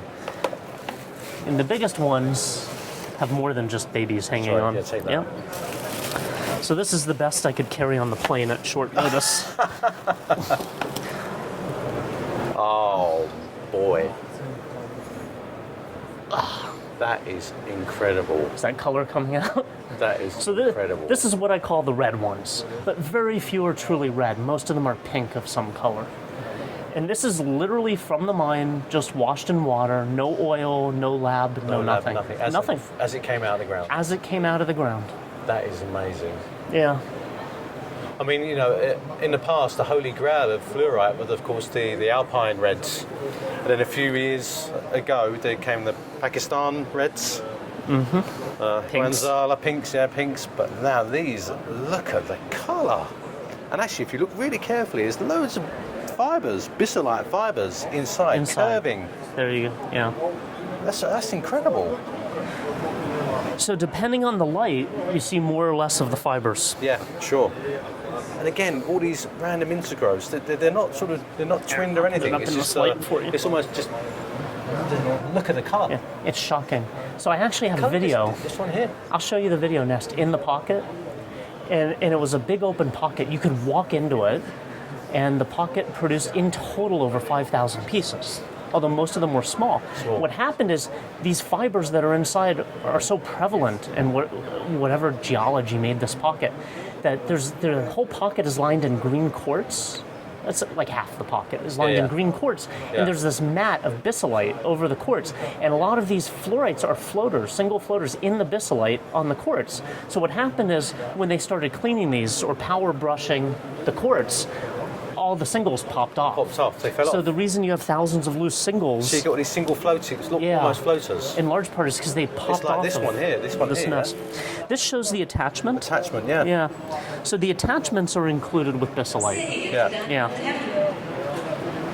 That is. So this is what will come at Tucson. In my lifetime, I've seen something like this twice. China Stibnites, Yes. 2003, and this. I know this. Yeah. And it was like the Wild West in China. But I tell you what, it's fantastic to get a first look Yeah. before, and we can. So in Tucson, we can really look forward to seeing some In of these Tucson, prepared, we will have them. presented. Yeah. Superb. And I love the fact you've got gems as well. Thank you. There's obviously a lot of broken material, rough material, and this is great that you can cut Right, these which gems. and this is the Good. thing. Normally, that's thrown away. Yeah, absolutely. Because of the growing market, we've been able to teach them to keep it. Yeah. And okay, it's soft material, but it's new material for designers to work with and to present. And actually, they've got really good luster. Good cut. Great colour. Yeah. And I suppose you can tell, because when you look inside it, we can see these very fine bissolite fibres, but they're all curvy. So if you see one of these, it will hark back to this locality. Yeah. Yeah. Detective gemology. Brilliant. So something new every year. Something new. That is superb. Well, thanks so much, Rob. Yeah. As always, Thanks. a real pleasure. Look forward to seeing you in Tucson. All right. Thank you. Mustafa, Hey man, how's it going? Yeah, very well, Good mate. to see you. You know what? I always admire your style and the way you're dressing is unbelievable, mate. So I have to just, mention that in mid-year. Always. Well, It's thank great. Thank you so much. You're most I welcome. say the same to you as well, but I always admire your beautiful exhibition and the fantastic minerals you bring Thank to you the so Munich much. Show. I try my best every year. It's just a pleasure for me. Awesome. Now listen, you've opened up a bit. Less enclosed this year. It's a bit more spacious. Is that because you get more people coming through Yes. to look at your material? I have actually, I decided to do that because because I felt that I need a bit of expand place, and then I have a private room this year as well for some private clients. And most importantly, I have one of these Italian cases, which I always admire to get one, and I think the mineral looks great on it. So I'm really happy. And just look at the quality, the material we're seeing. Thank you. And you've got one piece you want to describe. What's that? I would love to do that, and it's a piece that a lot of people, they don't appreciate shell, it's black tourmaline, it's shell, but if I may, I really love, these shells association with the feldspar and Clevelandite. But in this particular piece, I would like to show the statics. Oh, wow. If you may, you can see a beautiful microcline crystal right in the middle, and then you have two crystals of perfectly terminated shell crystals, which is about 10 centimeter plus.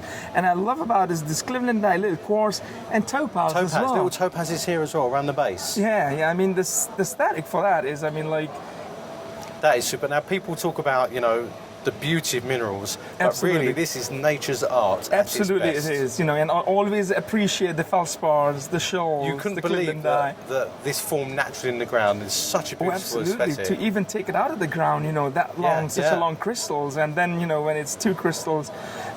I mean, for me, the aesthetics, if you see the feldspar in the middle, and then two shells on the side, where they split like this, and then beautiful Clevelandite, and then on top of that, having a topaz is just unbelievable. There's a lot of aquamarines and fluorite combination from Chumarbakur Nagar. This piece is also from Chumarbakur Nagar, Hunza, Gilgit, Pakistan. But what I so like about that is not only it has a muscovite, it has a beautiful albite, white albite, and doubly terminated aquamarine and pyramid of fluorite. And a fluorite as well on the side. What a combination. Yeah. And the way that it sits is just unbelievable. Aquamarine doubly terminated and fluorite next side, and then the white albite with the flowers of muscovite is just unbelievable. And what this is really is the end product of a highly evolved fluid. From a pegmatite. It's a late stage of crystallization, so everything drops out of solution and you get these beautiful combinations. But to get them all together like that, and this plate of white albite around is perfect. For me, it's like a compact. I see a lot of big pieces from Chumarbakur Nagar that you have aquamarine on one side of the matrix, fluorite on another side. But on this specimen that you see is just a compact on one side aqua, on another side fluorite, and right in the middle of the matrix with a beautiful albite and muscovite. So it's just, for me, it's there. And so when the miners sometimes see these specimens, they can see big plates, because they come out huge sometimes, don't they?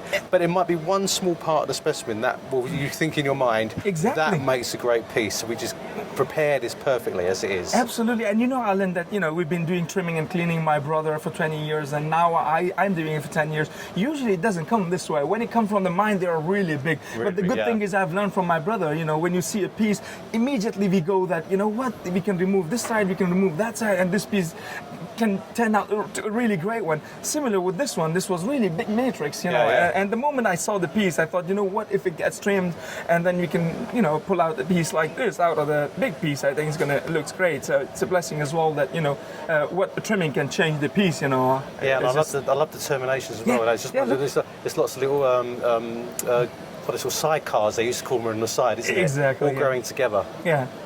That is super, mate. From Paprak Mine, Nuristan, Afghanistan. What I so like about this specimen, Alan, is, it's skeleton quartz, absolutely perfect, and then the tourmaline is shooting right from top of the quartz. Wow, look at that. You see, now that's the thing, do you have it like this? Or you have it like that? Absolutely. I quite like it like that. Me as well. You've got these two little crystals as well. Friends underneath, like a cannon. It's like a cannon. Yeah, absolutely. But that is amazing. You've got a rubellite core, albite tip. This thing has grown this way. Most people think when crystals grow, they tend to grow like this. They actually grow fast on the tip, so they grow this way. And this is the last crystallization of the surface, so you get this colour change. And if you see the termination, the termination's beautiful. It's just incredible. The edges and everything. But I tell you what, I love the quartz. For me, the specimen, the quartz makes the specimen. And they call this like celestial quartz as well, don't they? When these little protrusions of quartz on a main crystal. Yeah. And it's almost like it's partly etched away. Yeah.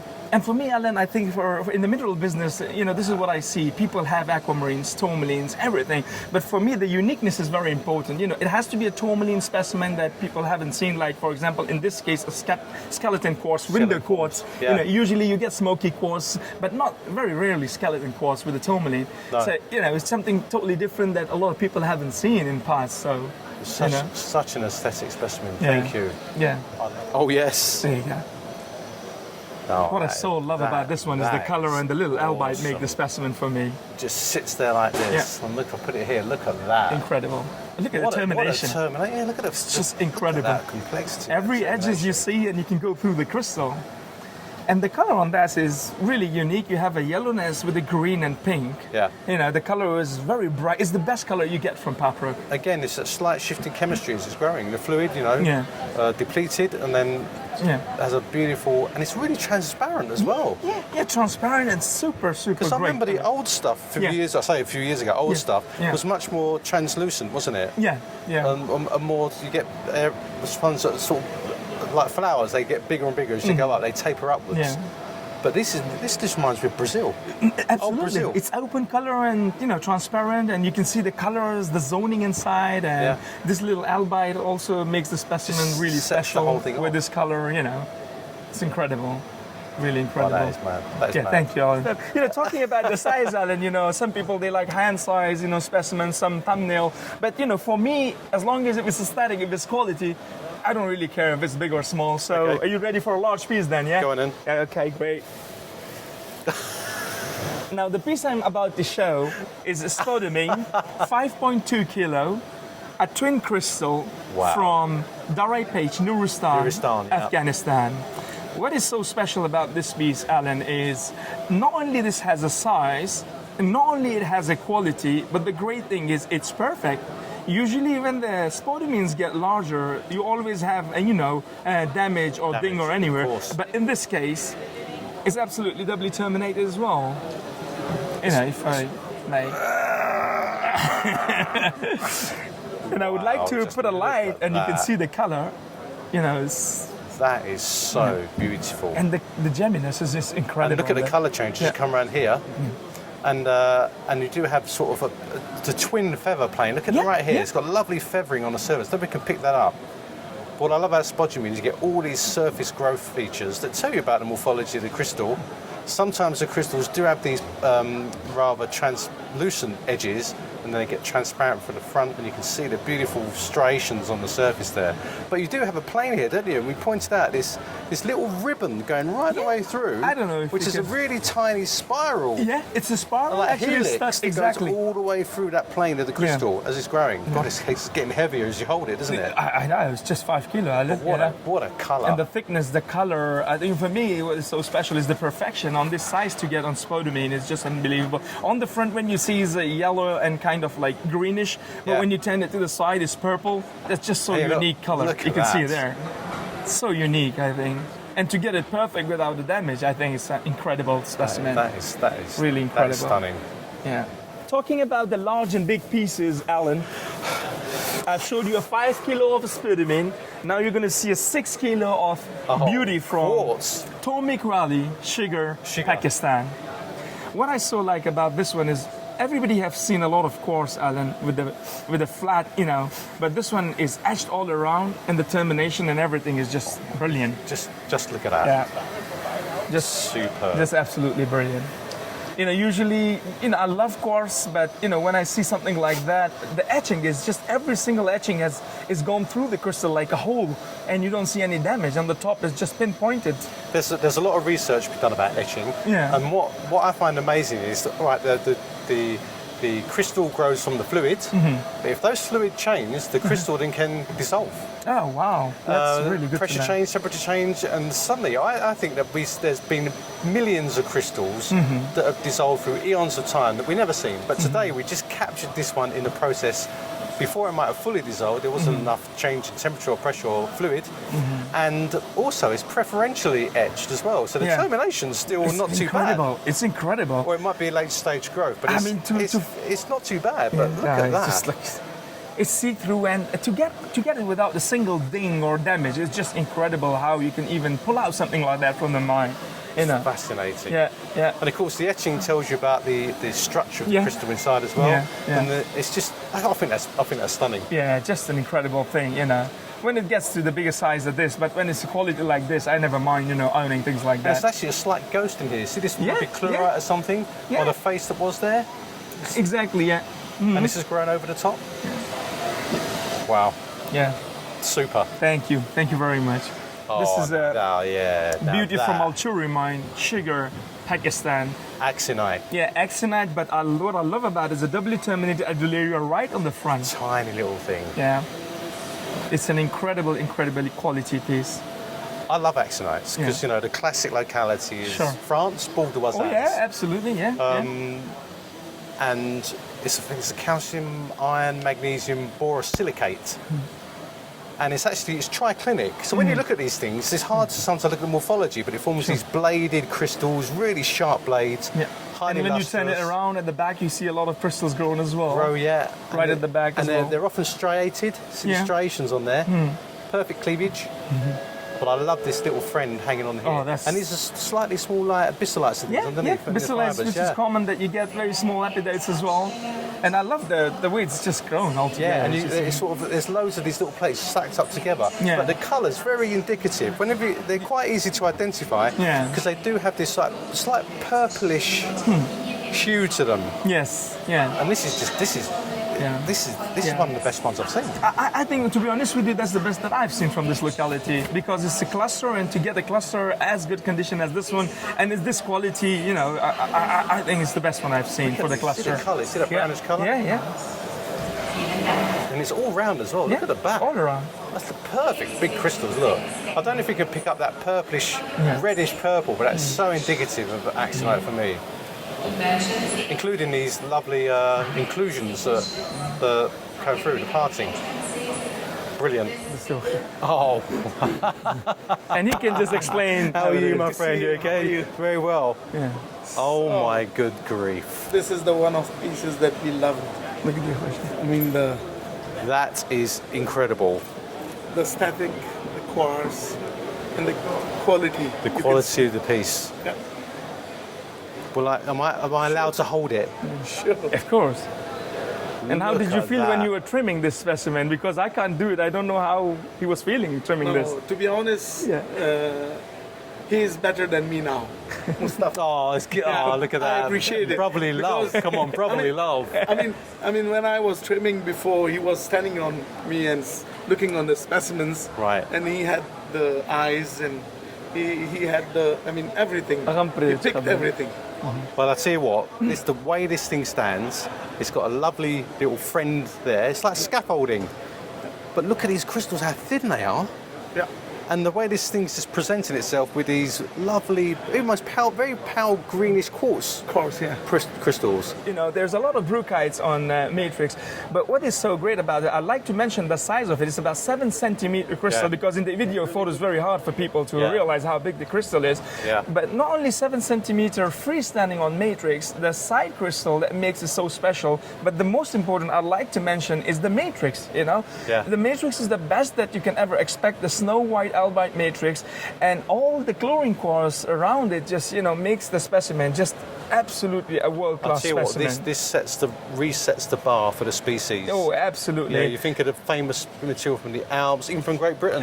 From Russia. Great Britain as well, yeah, I know that. This is huge. And honestly speaking, for me, I wouldn't hesitate for a second to say this would be the only specimen one could ever see, the best one could ever see for this locality, you know, and I don't think we will ever see better than that. You Really? know, when you talk about the aesthetics and the size and that's when they all come together, aesthetic, size, luster, quality, matrix, great combination.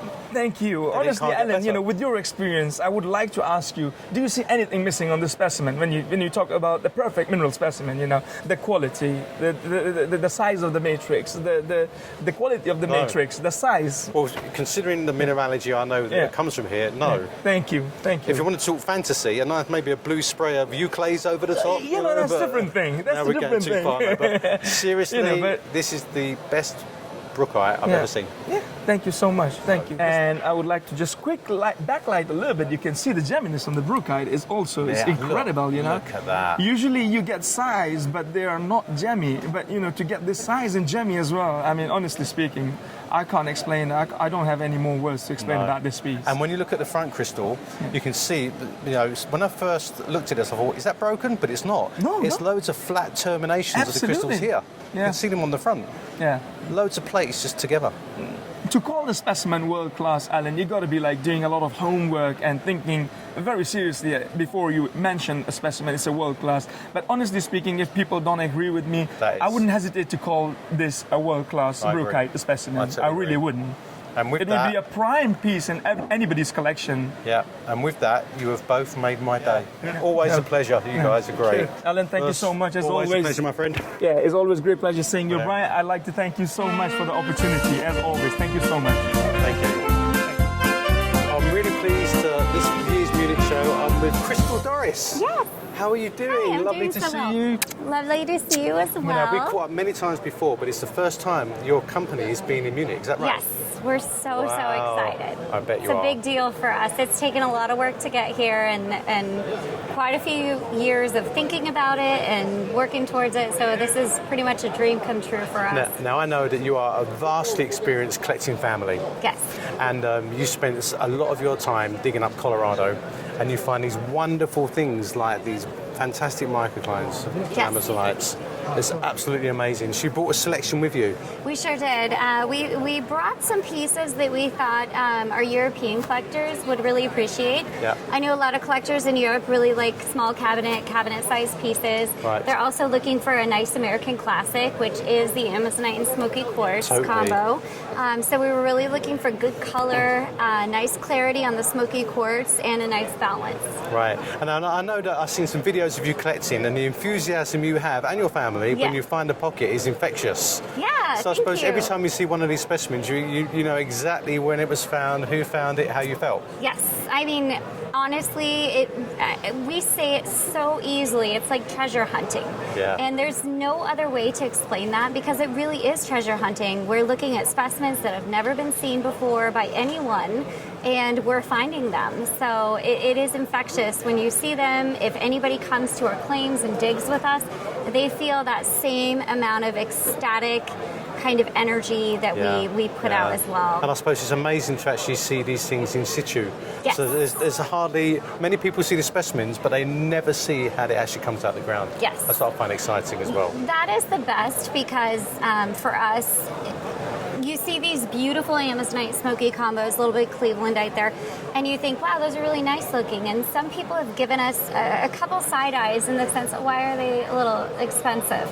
Well, the reason is that obviously, like when you have incredible clarity, color, quality, intense saturation of Amazonite with a smoky quartz, it's very rare. They typically like to grow in a pocket, not with each other. I mean, they grow at different temperatures, so they try to force each other apart. Right, and in our pockets, it's common, and you'll see this with a lot of pegmatite pockets, you'll see this. We do repair work. These are the best of the best. I mean, these are like the top 2% of the pockets that we find. We find many pockets that don't come to fruition when it comes to the crystallization or the color, or unfortunately in some instances, we end up not actually being able to clean them fully because the iron or the manganese is so thick and so encrusted in the amazonites that whatever cleaning process we implement, we can't pull it out. Right, yeah. So let's go take a look at some of the goodies. Go for it. Lead the way. Yes, of course. Look who's here. Hi, Chris. Hi, Timbo. Hi, Tim. How are you doing again? Doing well. How are you? Very well, thank you. I'm going to step right on over here. Just give us a little space. Wow, now look at this. Yeah. Exceptional. There we go. What do you think? Amazing. Yeah. So these You have are amazing stuff outside, but as you say, this is the top tier, the best that came out of your claims. Yes, and this is the best in over 30 years. And still coming out. Still coming out. Obviously, it's rare to get top quality pieces. So these are two new specimens that we just prepared. Tim and Dad have both been working really hard on these.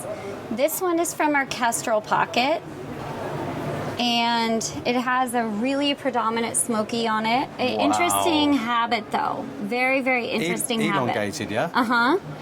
Very interesting habit. A little bit of Clevelandite on the inside, as well as nice saturation on the smoky quartz. The great thing about those smokies, the tip is perfect. Yep. Yep, which, as we know, is very difficult to get. Yeah. And it's about 90% of the value of any smoky quartz that you have is when the tip is tops. So if you want to hold it, you're more than welcome to. Yes. Look at that. I love that tabular quartz. Look at the quality of the Amazonite. Look at the quality of that. The colour. And the beautiful Clevelandite, yeah? Yes. Pure white Clevelandite. All round as well, look.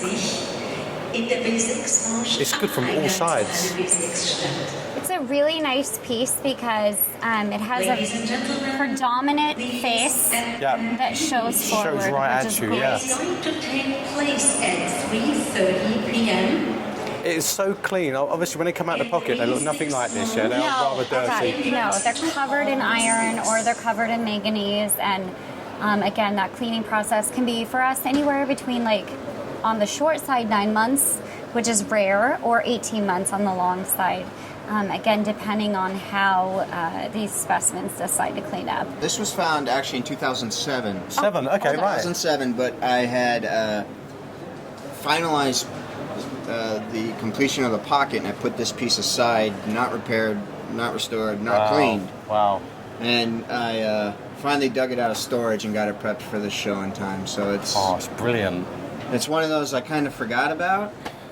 Not in a bad way. It's a good thing to forget about. Yes. So. Yeah. This is an Amazonite with white cap and smoky quartz. This is from our most famous white cap pocket, which is our poker tip pocket. It's poker chip pocket. Yes, we call it the poker tip because it looks like there's little poker chips on the top, perched on the tops of those Amazonites.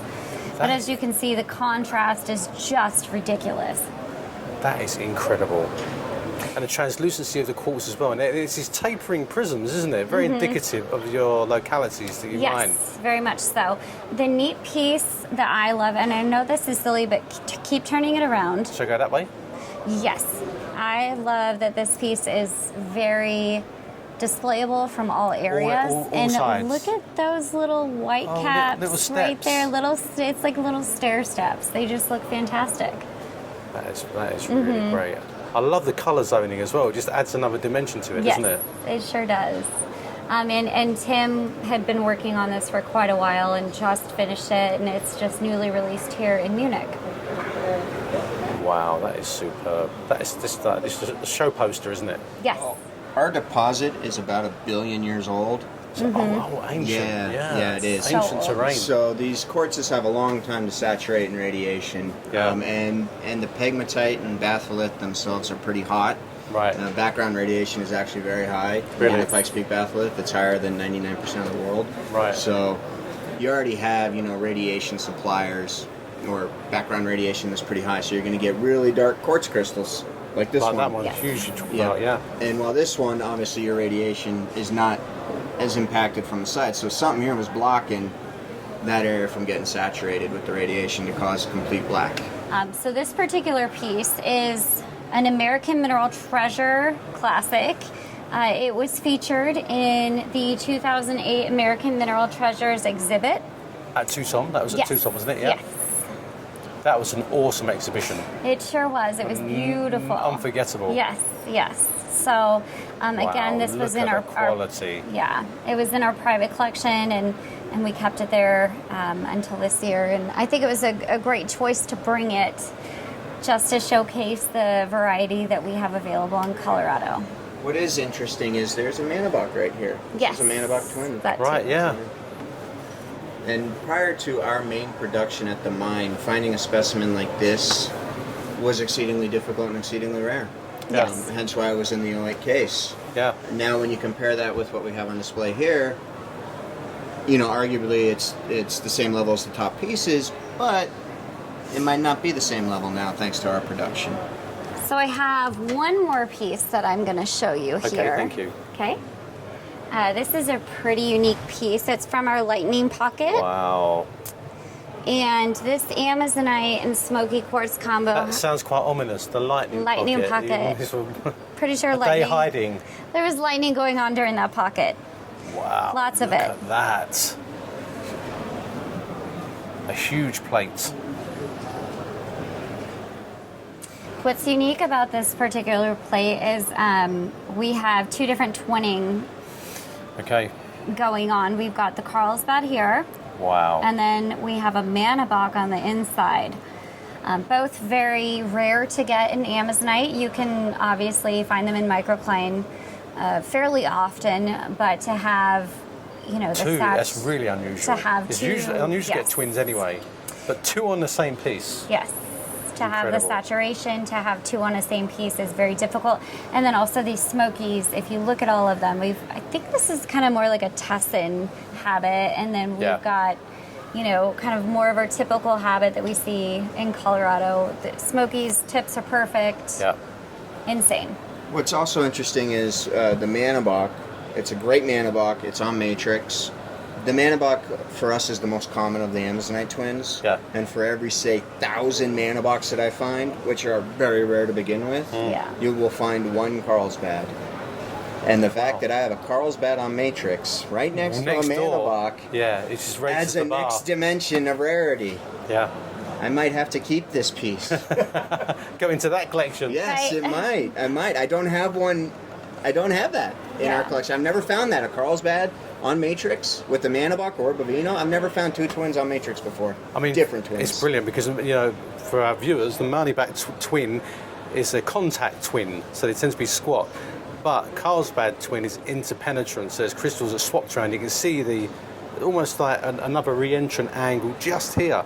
But you're right. I mean, I used to look at a lot of Italian feldspars when I was in the museum collections, and the twins were rare. But to get two on one piece, and this species, it's unbelievable. It's unbelievable. So here's your Manabach twin. It comes up. It almost forms like a heart shape. Yeah. Twin of the feldspar, and then here's your Carlsbad right here, where you can see the termination coming up, and then the other side coming up. So they're basically parallel growth that terminate on opposite ends. Yeah. Well, look, I just want to say, both of you, and your father who's outside doing the work. He's amazing. It's like, thank you so much. It's been an absolute pleasure, and I really look forward to seeing what else comes for the future. So, yes. Thank you so much. Pleasure. We really appreciate it. It's been fun. Hi everyone, we're here with Rudy. Hello, Alan. Hello nice again. to see you again in Saphira Munich. Minerals. What a beautiful display you have once again here at the show. Thank you very much. And It's you're a going to pleasure show to us have you here. some special things. Oh yes. Or booth, yeah? All right, let's As go. usual. Look at that. I just love this specimen. I saw it, and it's a fantastic elbite from Barra de Salinas in Brazil. But what is great is the formation. If you look really carefully, it's almost two periods of growth. There's this inner core, which is obviously been etched. And then you have this material inside. Then you have an outer core, a rim. I mean, if I turn it up this way, you can see where it's grown. And I think this is lepidolite, isn't it? All this is mica. It's mica, I believe, and also the mica makes a very nice contrast to the reddish and green tourmaline, which is wonderful etched in this case. And I know that in some Brazilian localities, the lepidolite can replace tourmaline. Mm-hmm. Oh, so really? Pseudomorph tourmaline, but I'm not sure about this one. This looks like it's a filling, but the colour's brilliant. Yeah, it looks like this is the core of a bigger crystal that dissolved. I think that is fabulous. So obviously, sometimes these are often fall out, don't they? No, many times. So you don't get it all together. All the others that I've seen was just single crystals like this. I had some others, but that's the only that was such wonderful on the mica with such a formation. Yes. That is super. I love it. Thank you. Now, when you look at this case, something that, of course, really stands out is that. Yeah, that's a real beauty. We need to look at it. And this I got on my last trip to Brazil. So it's recently, yeah? Recently, yes. Okay, first look thing, at this. Colour. Pink quartz. Fantastic pink quartz. Really well known from Brazil. But, of course, this is a cast. It was once over another mineral. And we've looked at this quite carefully, and if you turn it up the other way here, you see inside here, and there is the exact cast of a quartz crystal. So that part was in quartz. Now we've had some debate. I think that part was in quartz. So there's this hole that goes right through the middle. There's another hole here in the middle, yes. Yeah, and so it could be calcite, or maybe someone mentioned topaz. But I just think the whole thing is so we are not sure about that. Yeah, this rock is definitely a sculpture. And it's such good colour. Yeah. It's almost a lilac pink as well, which is quite unusual. And I was very surprised to see that a piece like this is not even repaired. It's not totally perfect, nothing done, and it's more stable than you would expect. It's quite solid. Don't worry. I think that's all. This specimen is all round. You can rotate it and look at it, and I love the fact that. Look at that. This is so typical when you can see inside. And you know, sometimes, and another thing to look for, of course, is any markings from the original face. Like quartz, as we know, has striations on the prisms this way. And you look at that here. Maybe it's my imagination, or there is a semblance of striations here in the cast, what's remaining of it. And it's layered as well. See how it's layered? It has the layers. Layer over it. And even this second generation quartz over the top. Smaller quartz. And what I love a lot on this rock is to have the big rose quartz crystals right on the top. Yeah. With very fine luster, very fine quality, and the intense color that we like to have. And of course, for our viewers, there's been some debate over rose and pink quartz. And I think the latest nomenclature says that if it's massive, it's called rose quartz. If it's crystalline, it's called pink quartz, just to separate the two. Oh, really? Yeah. Ah, I didn't hear about that. Yeah, have a look it up. So that's sort of current nomenclature. They're two very different types of quartz. So I think the colour rate's about the colour. So in rose quartz massive, there's a fibrous milling in there. Might be demulturite that's giving the colour, but in the pink quartz, is a totally different colour causing mechanism. That is that. I love this. Thank you so much. And we'll go right for that blue. Yeah, that blue is the complementary really... colour to the pink. Let's go straight to this blue. I'm sure you have seen fluorites over fluorites, but how many fluorites have you seen from Brazil? Yeah, exactly. That's why it's the locality. The locality. Centro. Yeah. It's actually the same locality than I had the etched topaz a couple years ago. Oh, right, yeah, really? Yeah. And this is from the same find.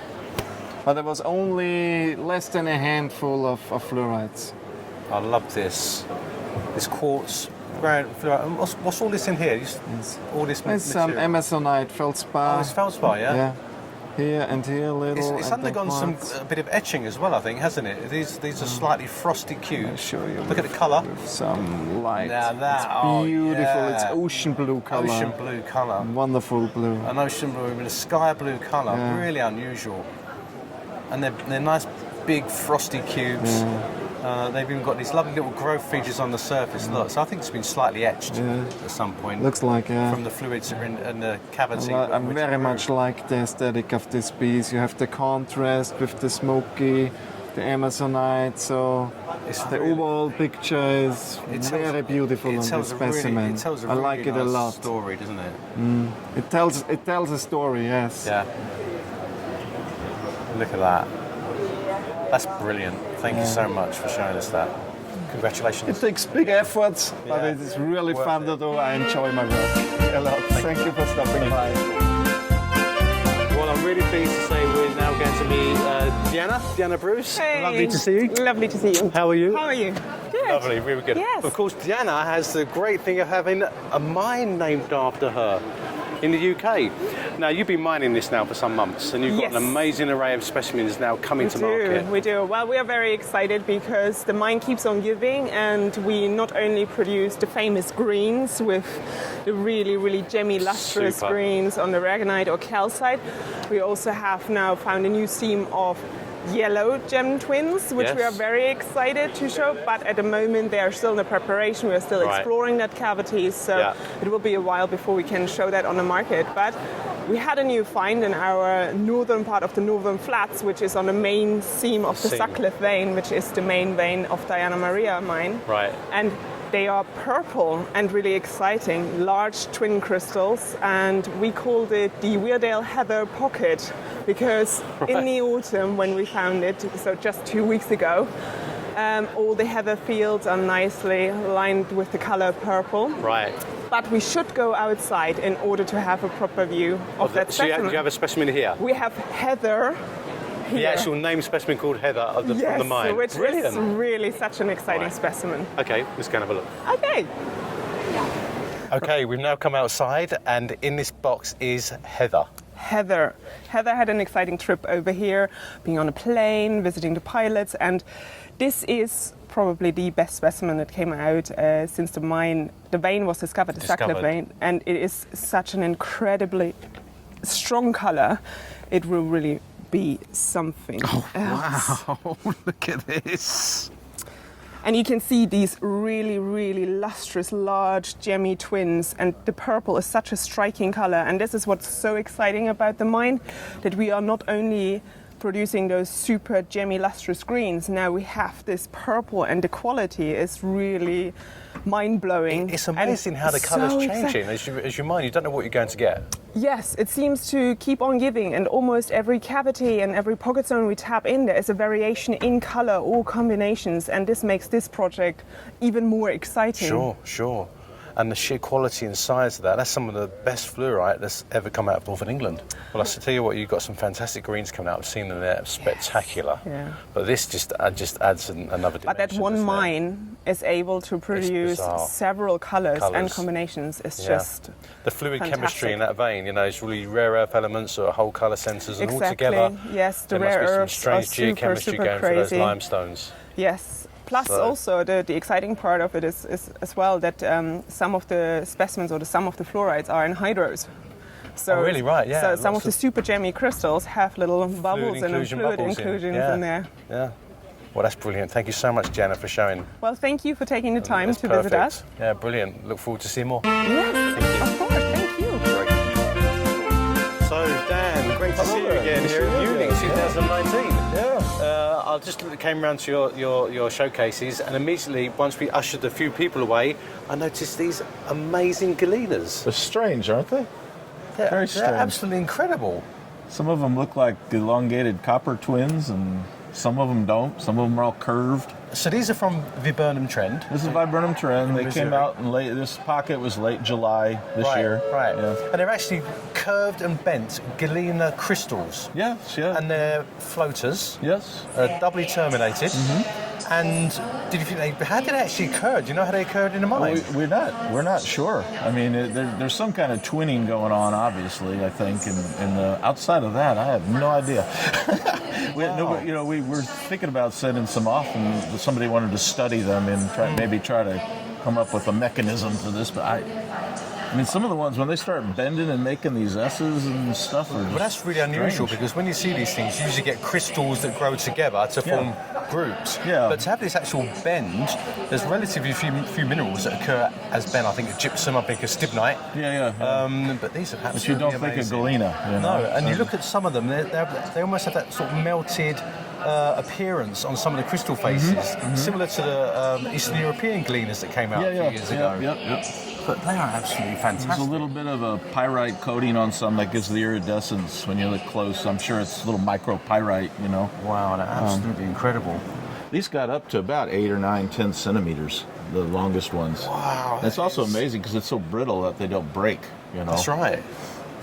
But yeah, you can see the crystal here. Yeah. But then this one here, look at this curve. Right the way around. That's an oddity. I mean, I like oddities. It's really appealing. I've been 40 years going, Viburnum Trend, and, I live there and that sort of thing. I've seen real small ones, like nothing like these. Nothing. And it is a working mine? Oh, yeah. Yeah. This is out of the Fletcher mine. And what are they actually working for then? Lead. It's lead. Yeah, they're all lead mines. Mine. Yeah, they're the largest lead. That's the largest lead district in the U.S. It's still going. Do you see? It's almost like stalactitic. Well, that one is. You've got a stalactite with a. Now that is a twin up twin here. crystal, at the end of the stalactite, which is really strange. Yeah. But you've got this incredibly complex termination. There's one there too. Yeah, that guy's twinned. I'm sure of it. If you look real close, you'll find it, on there. But that was a little more unusual. There was a few small stalactites, but that was all. Absolutely stunning, mate. They're fantastic. And you got a lot of them as well, so you did get quite a number. There was maybe 100 in the lot that I got. I would say there was one lot that I did not buy, with maybe another 50. So that was probably, say, 120 to 150 pieces total. There was a lot of small, thumbnails and stuff. You know what? It's almost like if that was copper coloured, you think it was one of these Michigan coppers? Yeah, it'd be copper. Some of them, I don't know if that one's. I saw some that had cubes, actual sharp cubes on the elongated ones. Yeah, that one's right there. And that one's got a little guy on it, but I've seen a few with bigger ones. Yeah. I mean, I've no idea, but sometimes looking at these things, maybe there's been some tectonic processes after they formed that you get shears or slicken sides that when they break, they can form these sort of curved structures, but I think they're absolutely amazing. It's just very strange. Yeah, thank you. So we have a beautiful barite, an English barite, but this is a really lovely group. There you go. Look at that. Now that is a classic British mineral. Tabular, orthorhombic crystals, platy, but it's a beautiful group. Look at the translucency and the colour. A lot of these, when they came out, were covered in iron oxide. Yeah, this is an iron mine. Sure. And the barite was just a byproduct. But sometimes they occurred in these beautiful crystals. They did, actually, when they first came out, they were sort of lighter, and they do go blue. Over many years on exposure to light, they can go a blue colour. Look at that. Now that is super. That is super. What attracts me here is this crystal is slightly flattened, isn't it? You've got beautiful termination here. Right here. I like that face. Yeah, and inside there's these inclusions that are like, as we said before, cloudy veils, isn't it? Yeah. Beautiful. But look at that, the way it sits here. And you've got some lovely feldspar, pure white feldspar on the side. Well, that's so pretty. That's about 1990. 1990, yeah. Yeah, what people don't realise is it's a beryllium aluminium silicate. Beryllium's really rare in the crust. Yeah. And it's one of these elements that gets concentrated, and it has to crystallise. And people may think that beryllium minerals are actually quite common because you get beautiful crystals like this, but they're not.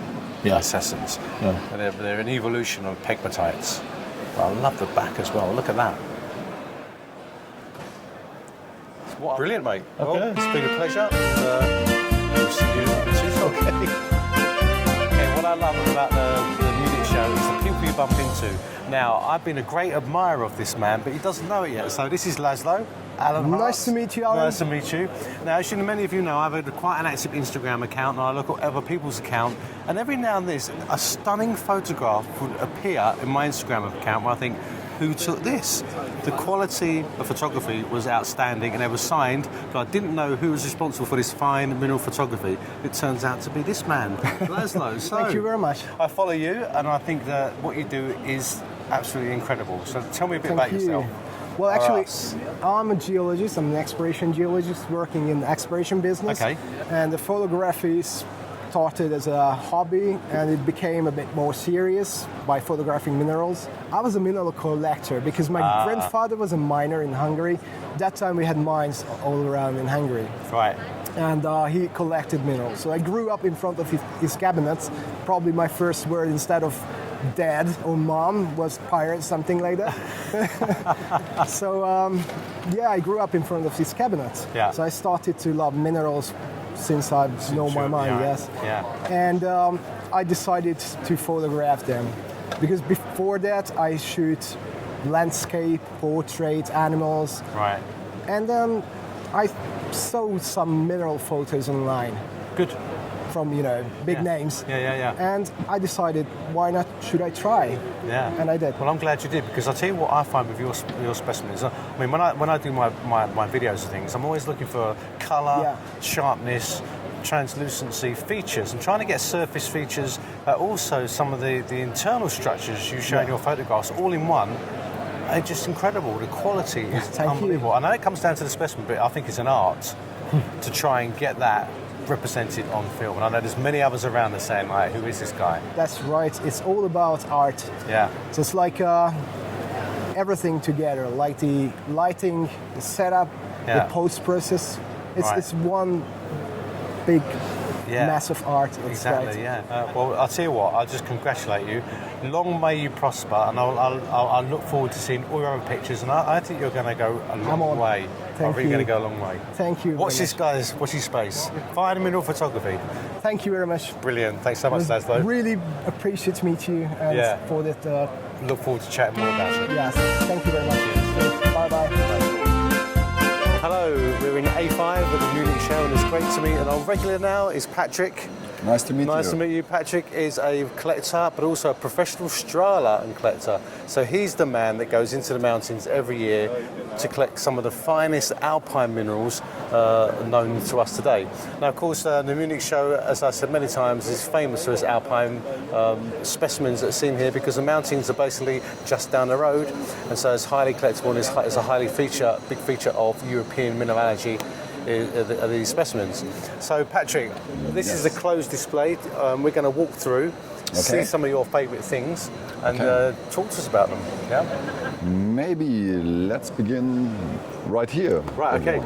This is one of the special cases because the big crystal in the bag was discovered at the big Plangenstock pocket, where some years ago, 3 years ago, we have seen the big fluorites, and there were also some great quartzes, and you see the quality and the luster, and this is and really this one unusual. in front, is that from the same area? It's the same area. It's maybe 300 meters away. 300 meters, Yes. okay. And then that is a gwindle, isn't it? It's a gwindle, yes. Gwindle. Most gwindles are dark, but this, on 100 smoky gwindles, you only have one without color. It's really? Everyone wants the smoky ones, but they are much rarer than the smoky gwindles. That's so for our viewers, gwindles are this peculiar form of quartz where you have a stacking of the quartz crystals together, but they twist. And they twist in various directions, and sometimes you get closed gwindles where they're straight at one end, where they haven't quite grown out, or open ones where they're more castellate. You actually see the prism terminations of the quartz, but they're super collectible, aren't they, from your point of view? If you want, I can open the case and show you the gwindle from the top, so you see the twist. If you want, that would be fantastic. Now we're very lucky to have this because Patrick has the authority to look in the cases, see specimens and his collector friends and even museums. So this is very rare that we get to actually open one of these early in the morning and get a first-hand look at probably one of the best gwindles we'll ever look at.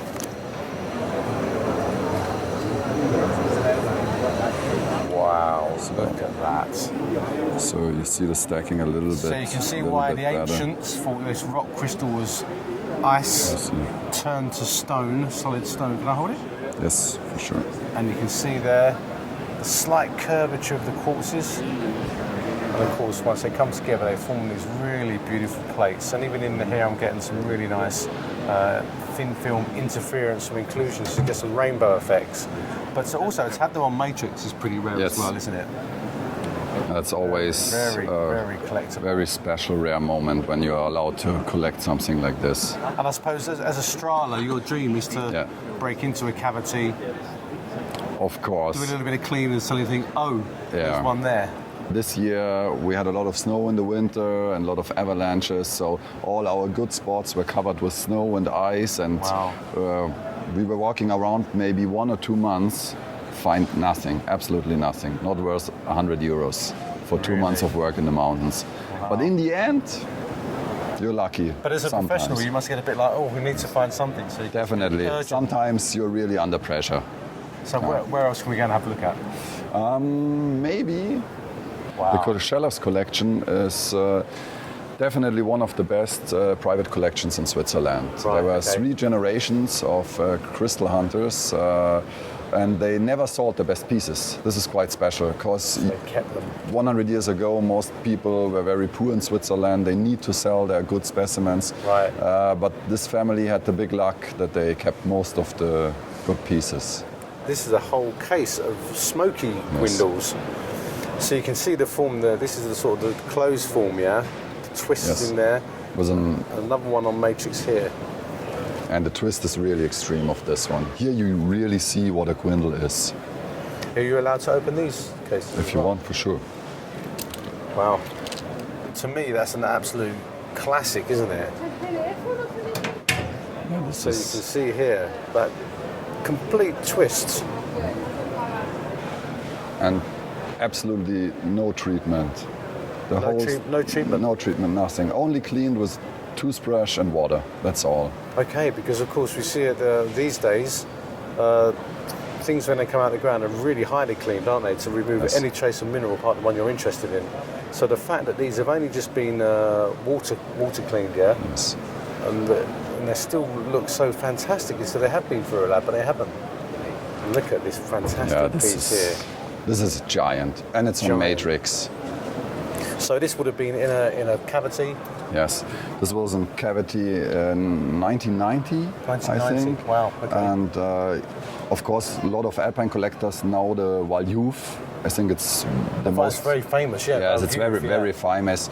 Ashcroft went there. Some pieces still are at London University. The Ashcroft has about 8,000 specimens, and it's still a go-to place for collecting this type of material between the World Wars. So just after the war, between World War II, he was very active collecting there. He was active making friends with the Strahlers. Yes, so he would go with them. Yes, to photograph. There's a very old picture in front of the locality. Really, the Murters. They are called Murters. Some small rock hills inside the glacier in Waldhof, and there's a very famous picture of Ashcroft and Ambrosi Caveng. Caveng, Caveng, yes. Yeah. He was in Cedrun. Cedrun. Yeah, okay. Wow. The Courcellas live in Cedrun too. Oh, you do? Yeah. Oh, wow. Oh, that's hilarious. I met someone there who lives in the same place as one of my heroes, Ashcroft. Wow. This is, for me, the shape of the crystal is unique. That is unreal for its size and its thickness as well, and the morphology. Maybe I open the case because you need to have this in your hands. Who does this belong to? This is from the... This is from the Weezer collection. Now, from the Weezer collection, he was, I think it was the collector before Ambrosi Caveng and Ashcroft in the late 1800s, and he gave the whole collection to the ETH Zurich. Oh, ETH, yes. University in Zurich. Some pieces are exhibited at the top in some cases, but most are downstairs and packed, so unfortunately you can't have a look at them, but wow, that is unbelievable. That is huge. It's huge. It's thick lustrous, crystal. thick. Would not. That is one of the best I've seen. Yes. I might even have to put my. Sorry for that. If you heard noise, glasses on to look at this. And it was big luck because they used blast to mine there, so a lot of crystals were damaged. So this one is absolutely perfect. And it's just got a slight, tiny amount of brookite in there. Rutile, sorry. Just tiny there in it. I always look for, because of course the Cavradi is really famous for its epitaxially grown rutile. One's here as well, you just see them. A little bit more at the back. Yes. Yeah. But for the thickness of the crystal and the luster and the morphology, that is just brilliant. Wow, it's got others just underneath as well.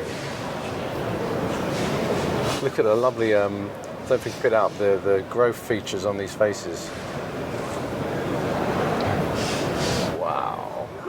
And just look at there's an electrum here. Now that's interesting, isn't it? Mined by hand. Beautiful. Mined by hand from Gotthard Tunnel. That's pretty rare. I mean, it's really rare. They were digging tunnels for the first time under the Alps at the turn of the century, under the Alps. It's the first time they were working out the geology of the Alps.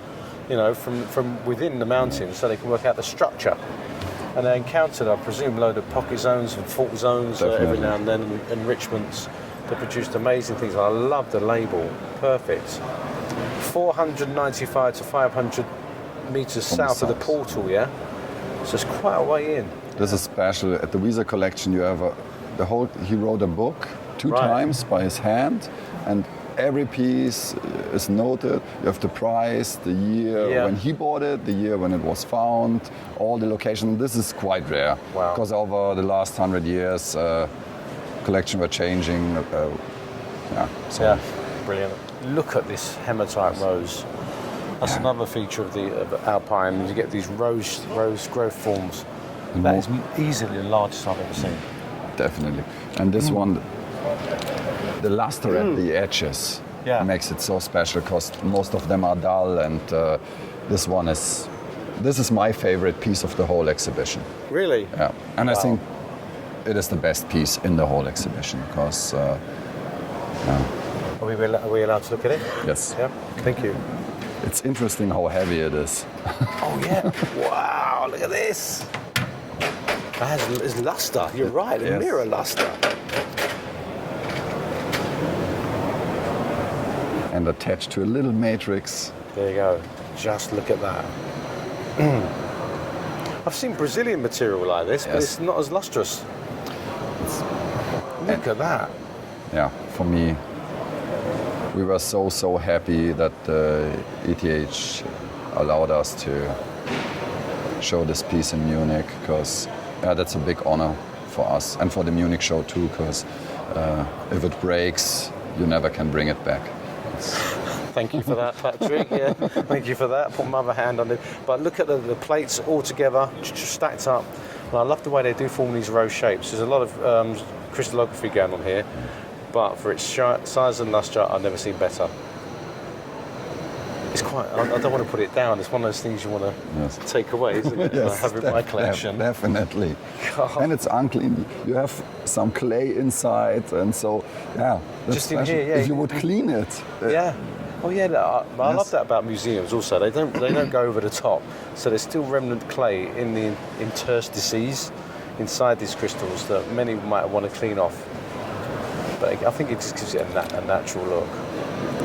Well, that is brilliant. I'll tell you what, Patrick, it's always a pleasure. You always, I'm insanely jealous of what you do, you know. You're really welcome. Because I love to, one day I'm going to come up with you to the mountains. You might have to carry me down. You need to, definitely. And maybe we are lucky. I think there's nothing like going out and actually collecting to really appreciate this material. I mean, many people come here, they see this, but the effort and the hard work and the determination for you guys must be brilliant.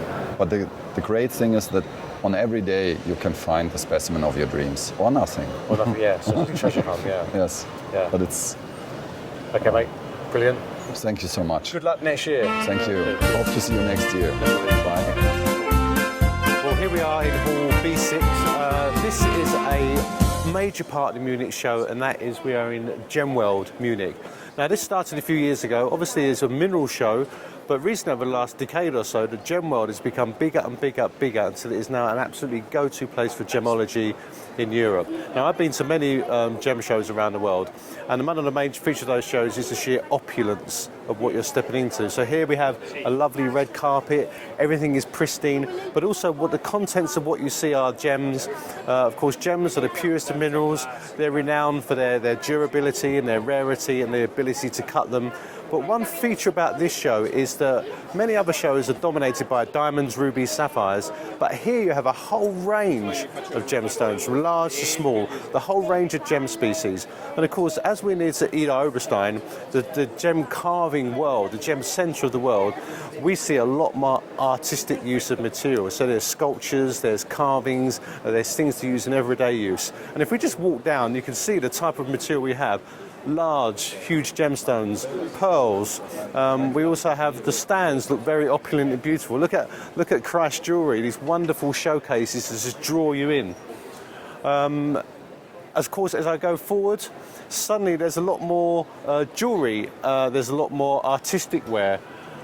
These showcases which have some of the use of materials in artwork, which is a signature piece of Ida Oberstein, which is literally only a few hours away by road.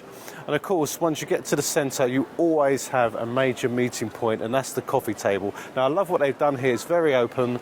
People can have a nice, gentle coffee. They can discuss some deals. They can discuss the wonderful things they're seeing over a coffee. And then you can branch out to many avenues that does showcase some of the world's finest gems and some of the world's finest art.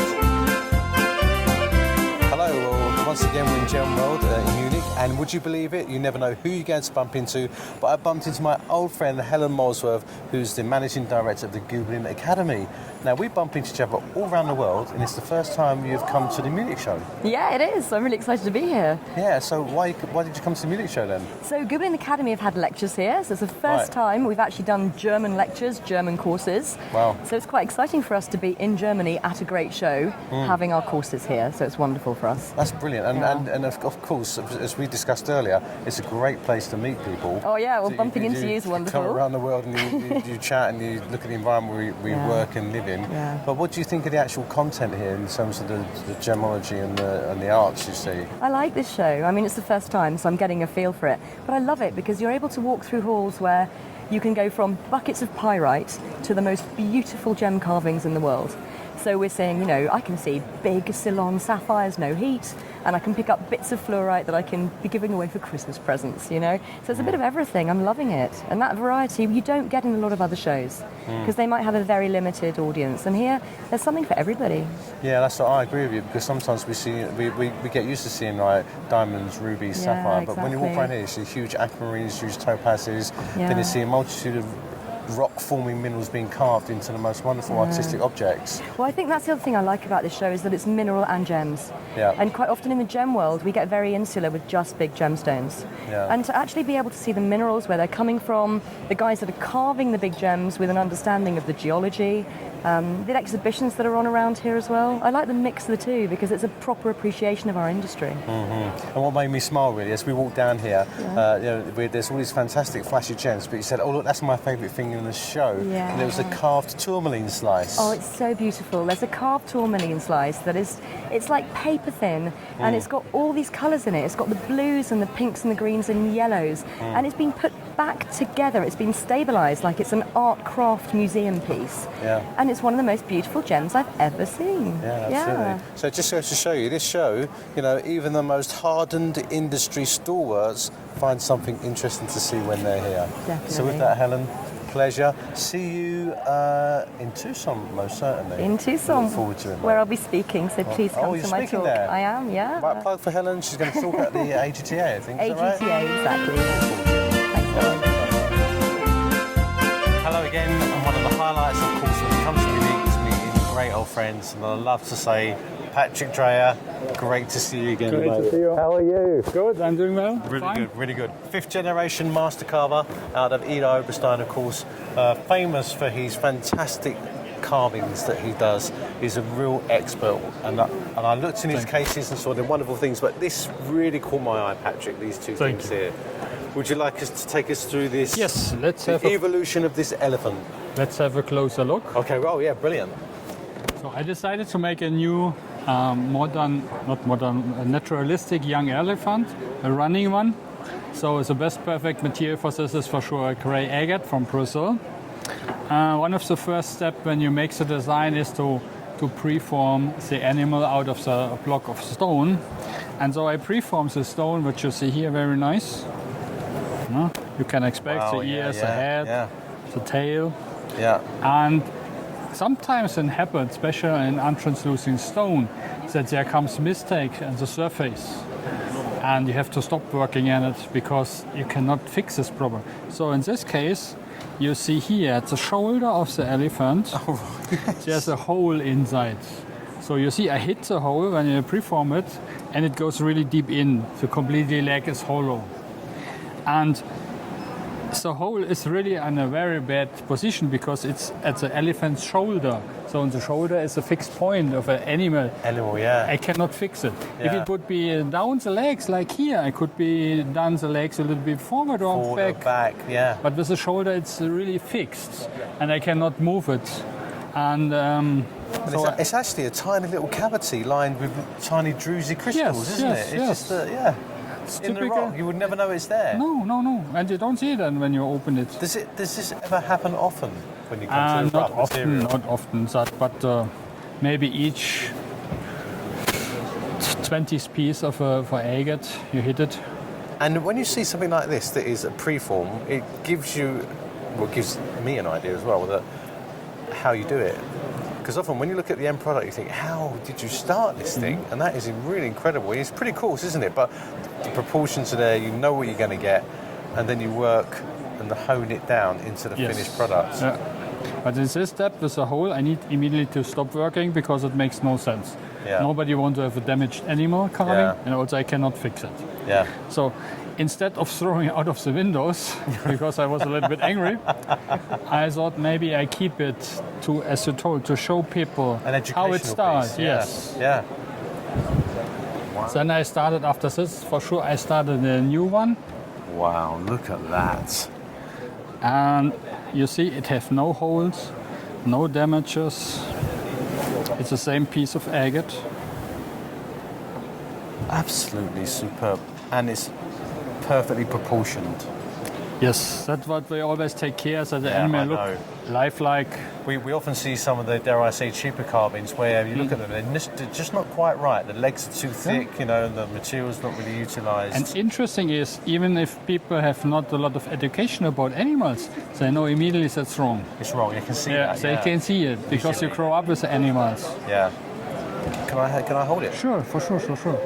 That is just so beautiful. Look, and the translucency of the agate, the right material to use. Especially at the ears when you look, the light comes through. And you've even put all of these small indentations in the skin as well. It's just superb. And the eyes are made? From two-color agates. Two-color agates. Yeah, very tiny agates. Even down to the minutest detail. Well, actually, I love the translucency of the ears. Yeah.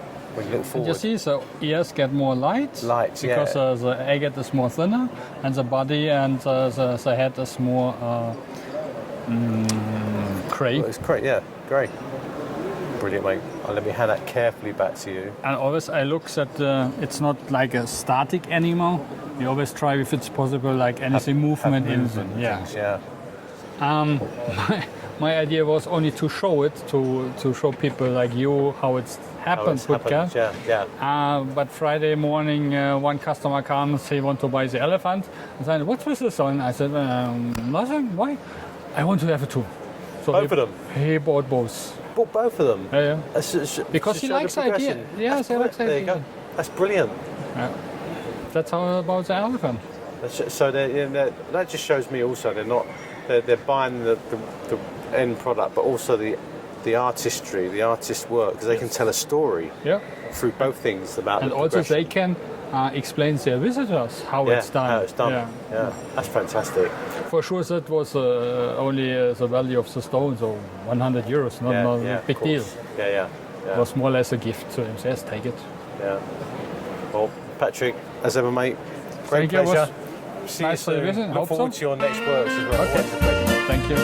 Take care. Well, it's amazing. You know, today I've seen minerals, I've seen gems, I've seen dinosaurs, I've seen paintings, I've seen bathtubs, and I've seen sinks. But I come here and I see this. What's this? And I suddenly look, and it's an actual charging station for your phone, but using wood and stone. Now, Ralph here, hello Ralph, Alan. Hello, myself. Owns the company that produced this. And as we've just been speaking, I'd like him to explain a bit more, because he's right. He told me, you have a $1,000 iPhone, we want very expensive phones, and you charge them on a little plastic disc. But actually, you can do it using a natural stone. Can you explain? Yes. Well, this idea was, when I was looking for a new iPhone, I saw that there is the wireless charging issue. And then I really thought, well, this is a plastic donut, why? And it's just 15 euros, so this is nothing, huh? And it's not looking very nice. So the idea came up that there must be a solution, having my homeland, my Heimat, Ida Oberstein, within this product. So I created this kind of product at the end of the day. And it makes a lots of fun presenting a piece of my Heimat to the world. Wow, it's amazing. So it's a phone charger? Yes, it's a phone charger. And you've used wood and stone in a beautiful sense. I mean, they're all so different. I keep thinking to myself, and as an executive, which one would I want on my desk when people come into... And it's a talking point, isn't it? I mean, I love this one. Absolutely. I think this is just superb. Yeah, we can have it out.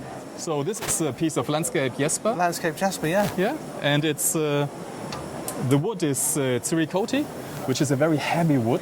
Yeah. So we have a very nice piece of Heimat.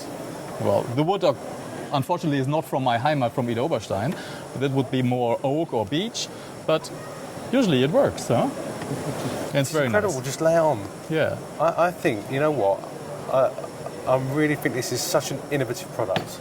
Yeah, thank you. Know, it's a very common product, but to have it in something, you know, there's a piece of art as well, I think it's fantastic. Thank you. My favorite one is the feather pyrite, which is a very nice item. That's really cool. It's very individual. Yeah. And I do have a gemstone version, and this is the agate. The agate, yeah. It's completely one piece of agate. Yeah. Handcrafted, handmade. Yeah. A very heavy one, of course. Oh, yeah. Well, you know, all I can say is congratulations. Innovative and really interesting product. Something all of us use every day. So, yeah, well done. Yeah, thank you very much. Thank you, Ralph. Thank you. Well, here we are. We're actually in Hall A4. This is dinosaur heaven. And when you look around, there's millions of children everywhere. Kids playing, digging up dinosaurs, learning about this fascinating subject because every child loves dinosaurs. And if there was ever an expert to come across at this show, it's my good friend, Kirby Sieber. Oh, Alan. Kirby. Now, Kirby is an adventurer, a collector. He writes books. He actually builds museums. He digs dinosaurs, and you have your own museum in Artile. And I visited there, and would you believe it, a few years ago, I actually bought a dinosaur from Kirby for the Natural History Museum London, a most perfectly preserved Stegosaurus. And you are renowned for finding material, bringing it to show the world what fantastic creatures once walked the earth. He has this baby dinosaur called Tony. And where did you find this one? Well, actually, it's a long story. Because when I tossed around with the idea of making a museum in Switzerland, which would include my private collection of fossils, right? Which was fossils from around the world. I knew I needed a dinosaur, and so after many years of looking for a big place, I found one in Wyoming. Wow, yeah. The old classic Howe quarry that had not been used for 57 years. Wow. So we reopened that old quarry, we started digging, and we started finding some interesting bones. But really not enough to make a big dinosaur. A full dinosaur. Yeah. So we scouted the area on the same ranch. We found a much better place, where we pulled out in the following 10 years, we pulled out almost every year a complete dinosaur. Wow. First it was Diplodocus, then another Diplodocus, then a third Diplodocus, then a Camarasaurus, two Stegosaurus, an Allosaurus, one of the most complete Allosaurs that was found up to that date. Yeah.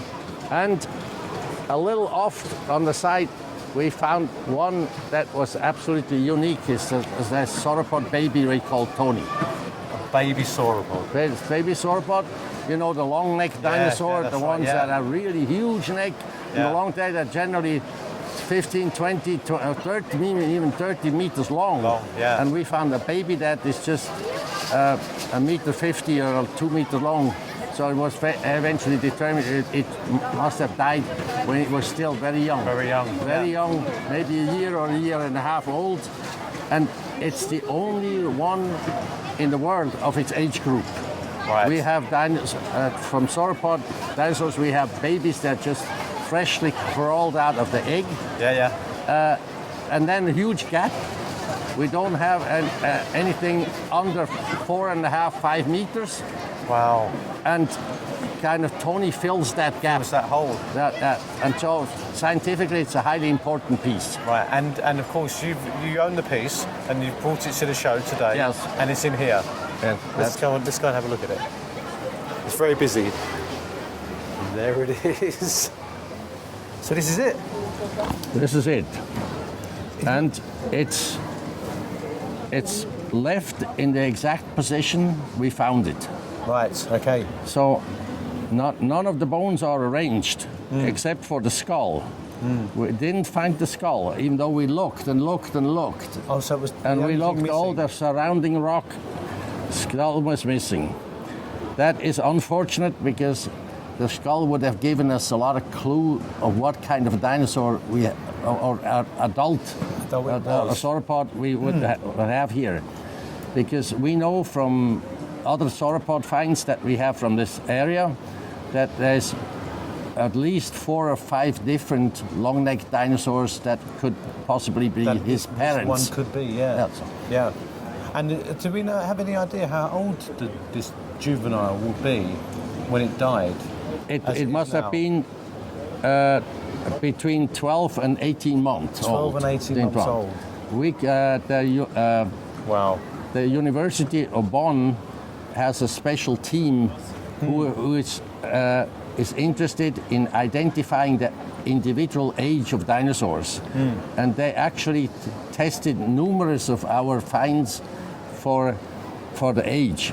Right. What they do is they take a core drill and drill a hole in either the scapula, the shoulder blade, or the femur, the upper leg bone. Upper leg bone, yeah. And then there is the bone can be analyzed in a thin section, and it's kind of like growth rings, like in a tree. Like in a tree, yeah. You can count the rings, yeah? And so from looking at that, they determined it was 12 to 18 months old. Wow. Which is still very young. Yeah. Well, I'll tell you what, that is absolutely fascinating, Kirby. I just want to walk out this way. You know, what it's done here is it's so popular is that you put much of your collection is on display here, including minerals and rocks and things like that, because you're an avid earth scientist and educationalist, aren't you?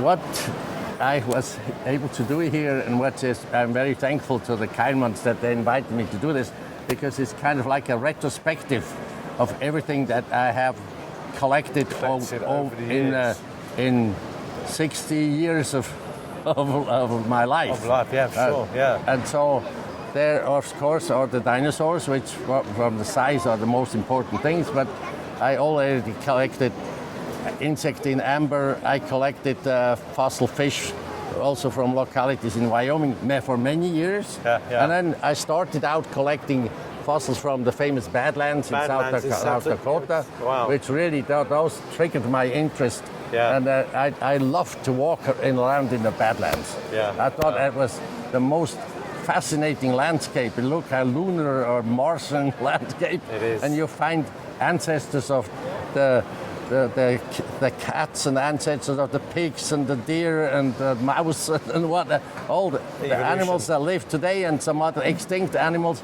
You find that petrified, and you have a good chance to find something. Wow. I look at the number of people around here and the children around here, and they're seeing things that you dug out of the ground. You've spread your wealth around the world to educate people, and you yourself are an inspiration to so many. And so I'd just like to say, well done. Thank you. And congratulations on everything you've done. I think it's brilliant. Thank you. Great pleasure. Great pleasure. Well, it looks like that's it for another Munich show. It's been absolutely fantastic. We've seen the world's best minerals, the world's best dinosaurs. We've seen a beautiful meteorite. But really what's great about the show is not only the weather, but of course this time is that we've got to roll on to next year, and it's about the people. The people make this show. There's huge crowds, friends, colleagues, and it's just a great place to get together, and it still remains in my mind one of the best mineral and gem shows in the whole world. So with that, I'm off to my next show, and so ciao, see you next year.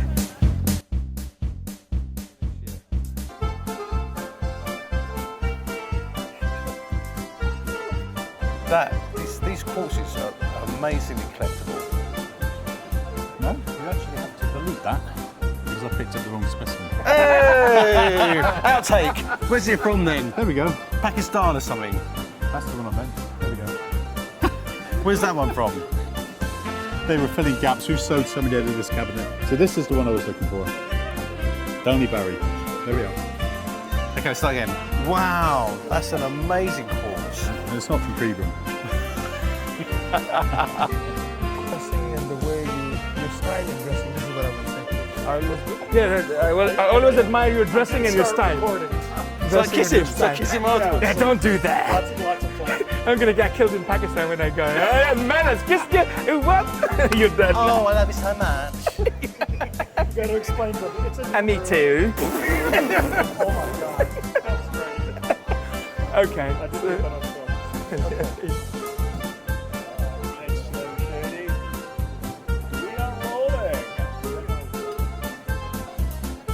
Hello, so here we are in the Gem World Munich. Oh my God, shut up, Brian. Please stop, we haven't got Hello. That's not pretty from where I'm sitting. Where they're sitting. That's why I'm facing this way. Oh, God. Why'd you say that? Okay. Welcome everybody. It's that time of year.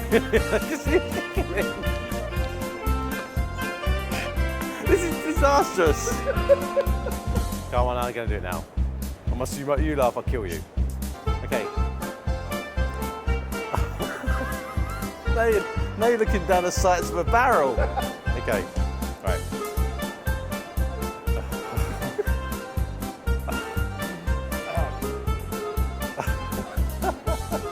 Ah. Okay. You're not smiling at all now, are you? When you're No, doing this, I you're like, do. hello, my name is Alan Hart. No, I don't care. It doesn't really worry me at all. I didn't notice it. Only when I wake up in the Again. morning, I clean my teeth and I go like, Where did that go? but in Tucson, I'm going to have the best Hollywood smile you've ever seen in your life. Yeah. I'm going to wiggle around like this. Killer. So it was the Are you teeth. filming this? It was the teeth that he gave you though, right? The Billy Bob teeth. Billy Bob, say that again. Billy Bob teeth. Billy Bob teeth. Billy Bob. Billy Bob. It's Billy Bob teeth. You Billy Bob teeth, baby? Yeah. I got my Billy Bob teeth in my head. Do you want me to have a little beer over here? Oh, do I look sweaty? You've got my handkerchief. Sorry, I'll quit. That's right. Okay, now we've got to get serious. Go. Okay? So I'll do that. I can just see him waiting for my tooth to appear. He's looking. That's exactly what I'm waiting for. Okay, it says, Look what I did will he to smile? him. Will he go? Will he smile or not? I knew you were waiting. I knew it. Well, we've seen some of the marvellous exhibits here at the show.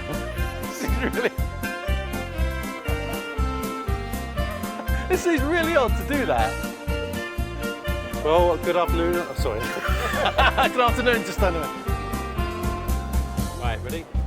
I noticed that you have some sort of problem with your smile. So, A slight little problem a few weeks yeah, ago. and so. I just pulled out this possibly fitting little specimen, and I thought maybe, I mean, it looks like the right size. You know so what? You could I was waiting for this. Thing. I mean, and on behalf of the Anna Maria Mind team, I would like to give you this and hope that it will serve you well during the continuation of the But the trouble is, interviews. if I put this in my tooth, someone will say I've got some vegetables in your mouth. If I'm a dinner or something. But No, I think we could be a real trendsetter with this. Next year, everybody wants to have an implant of fluorite. It was so pleasant doing our last ever interview together. So well done, thank you for that.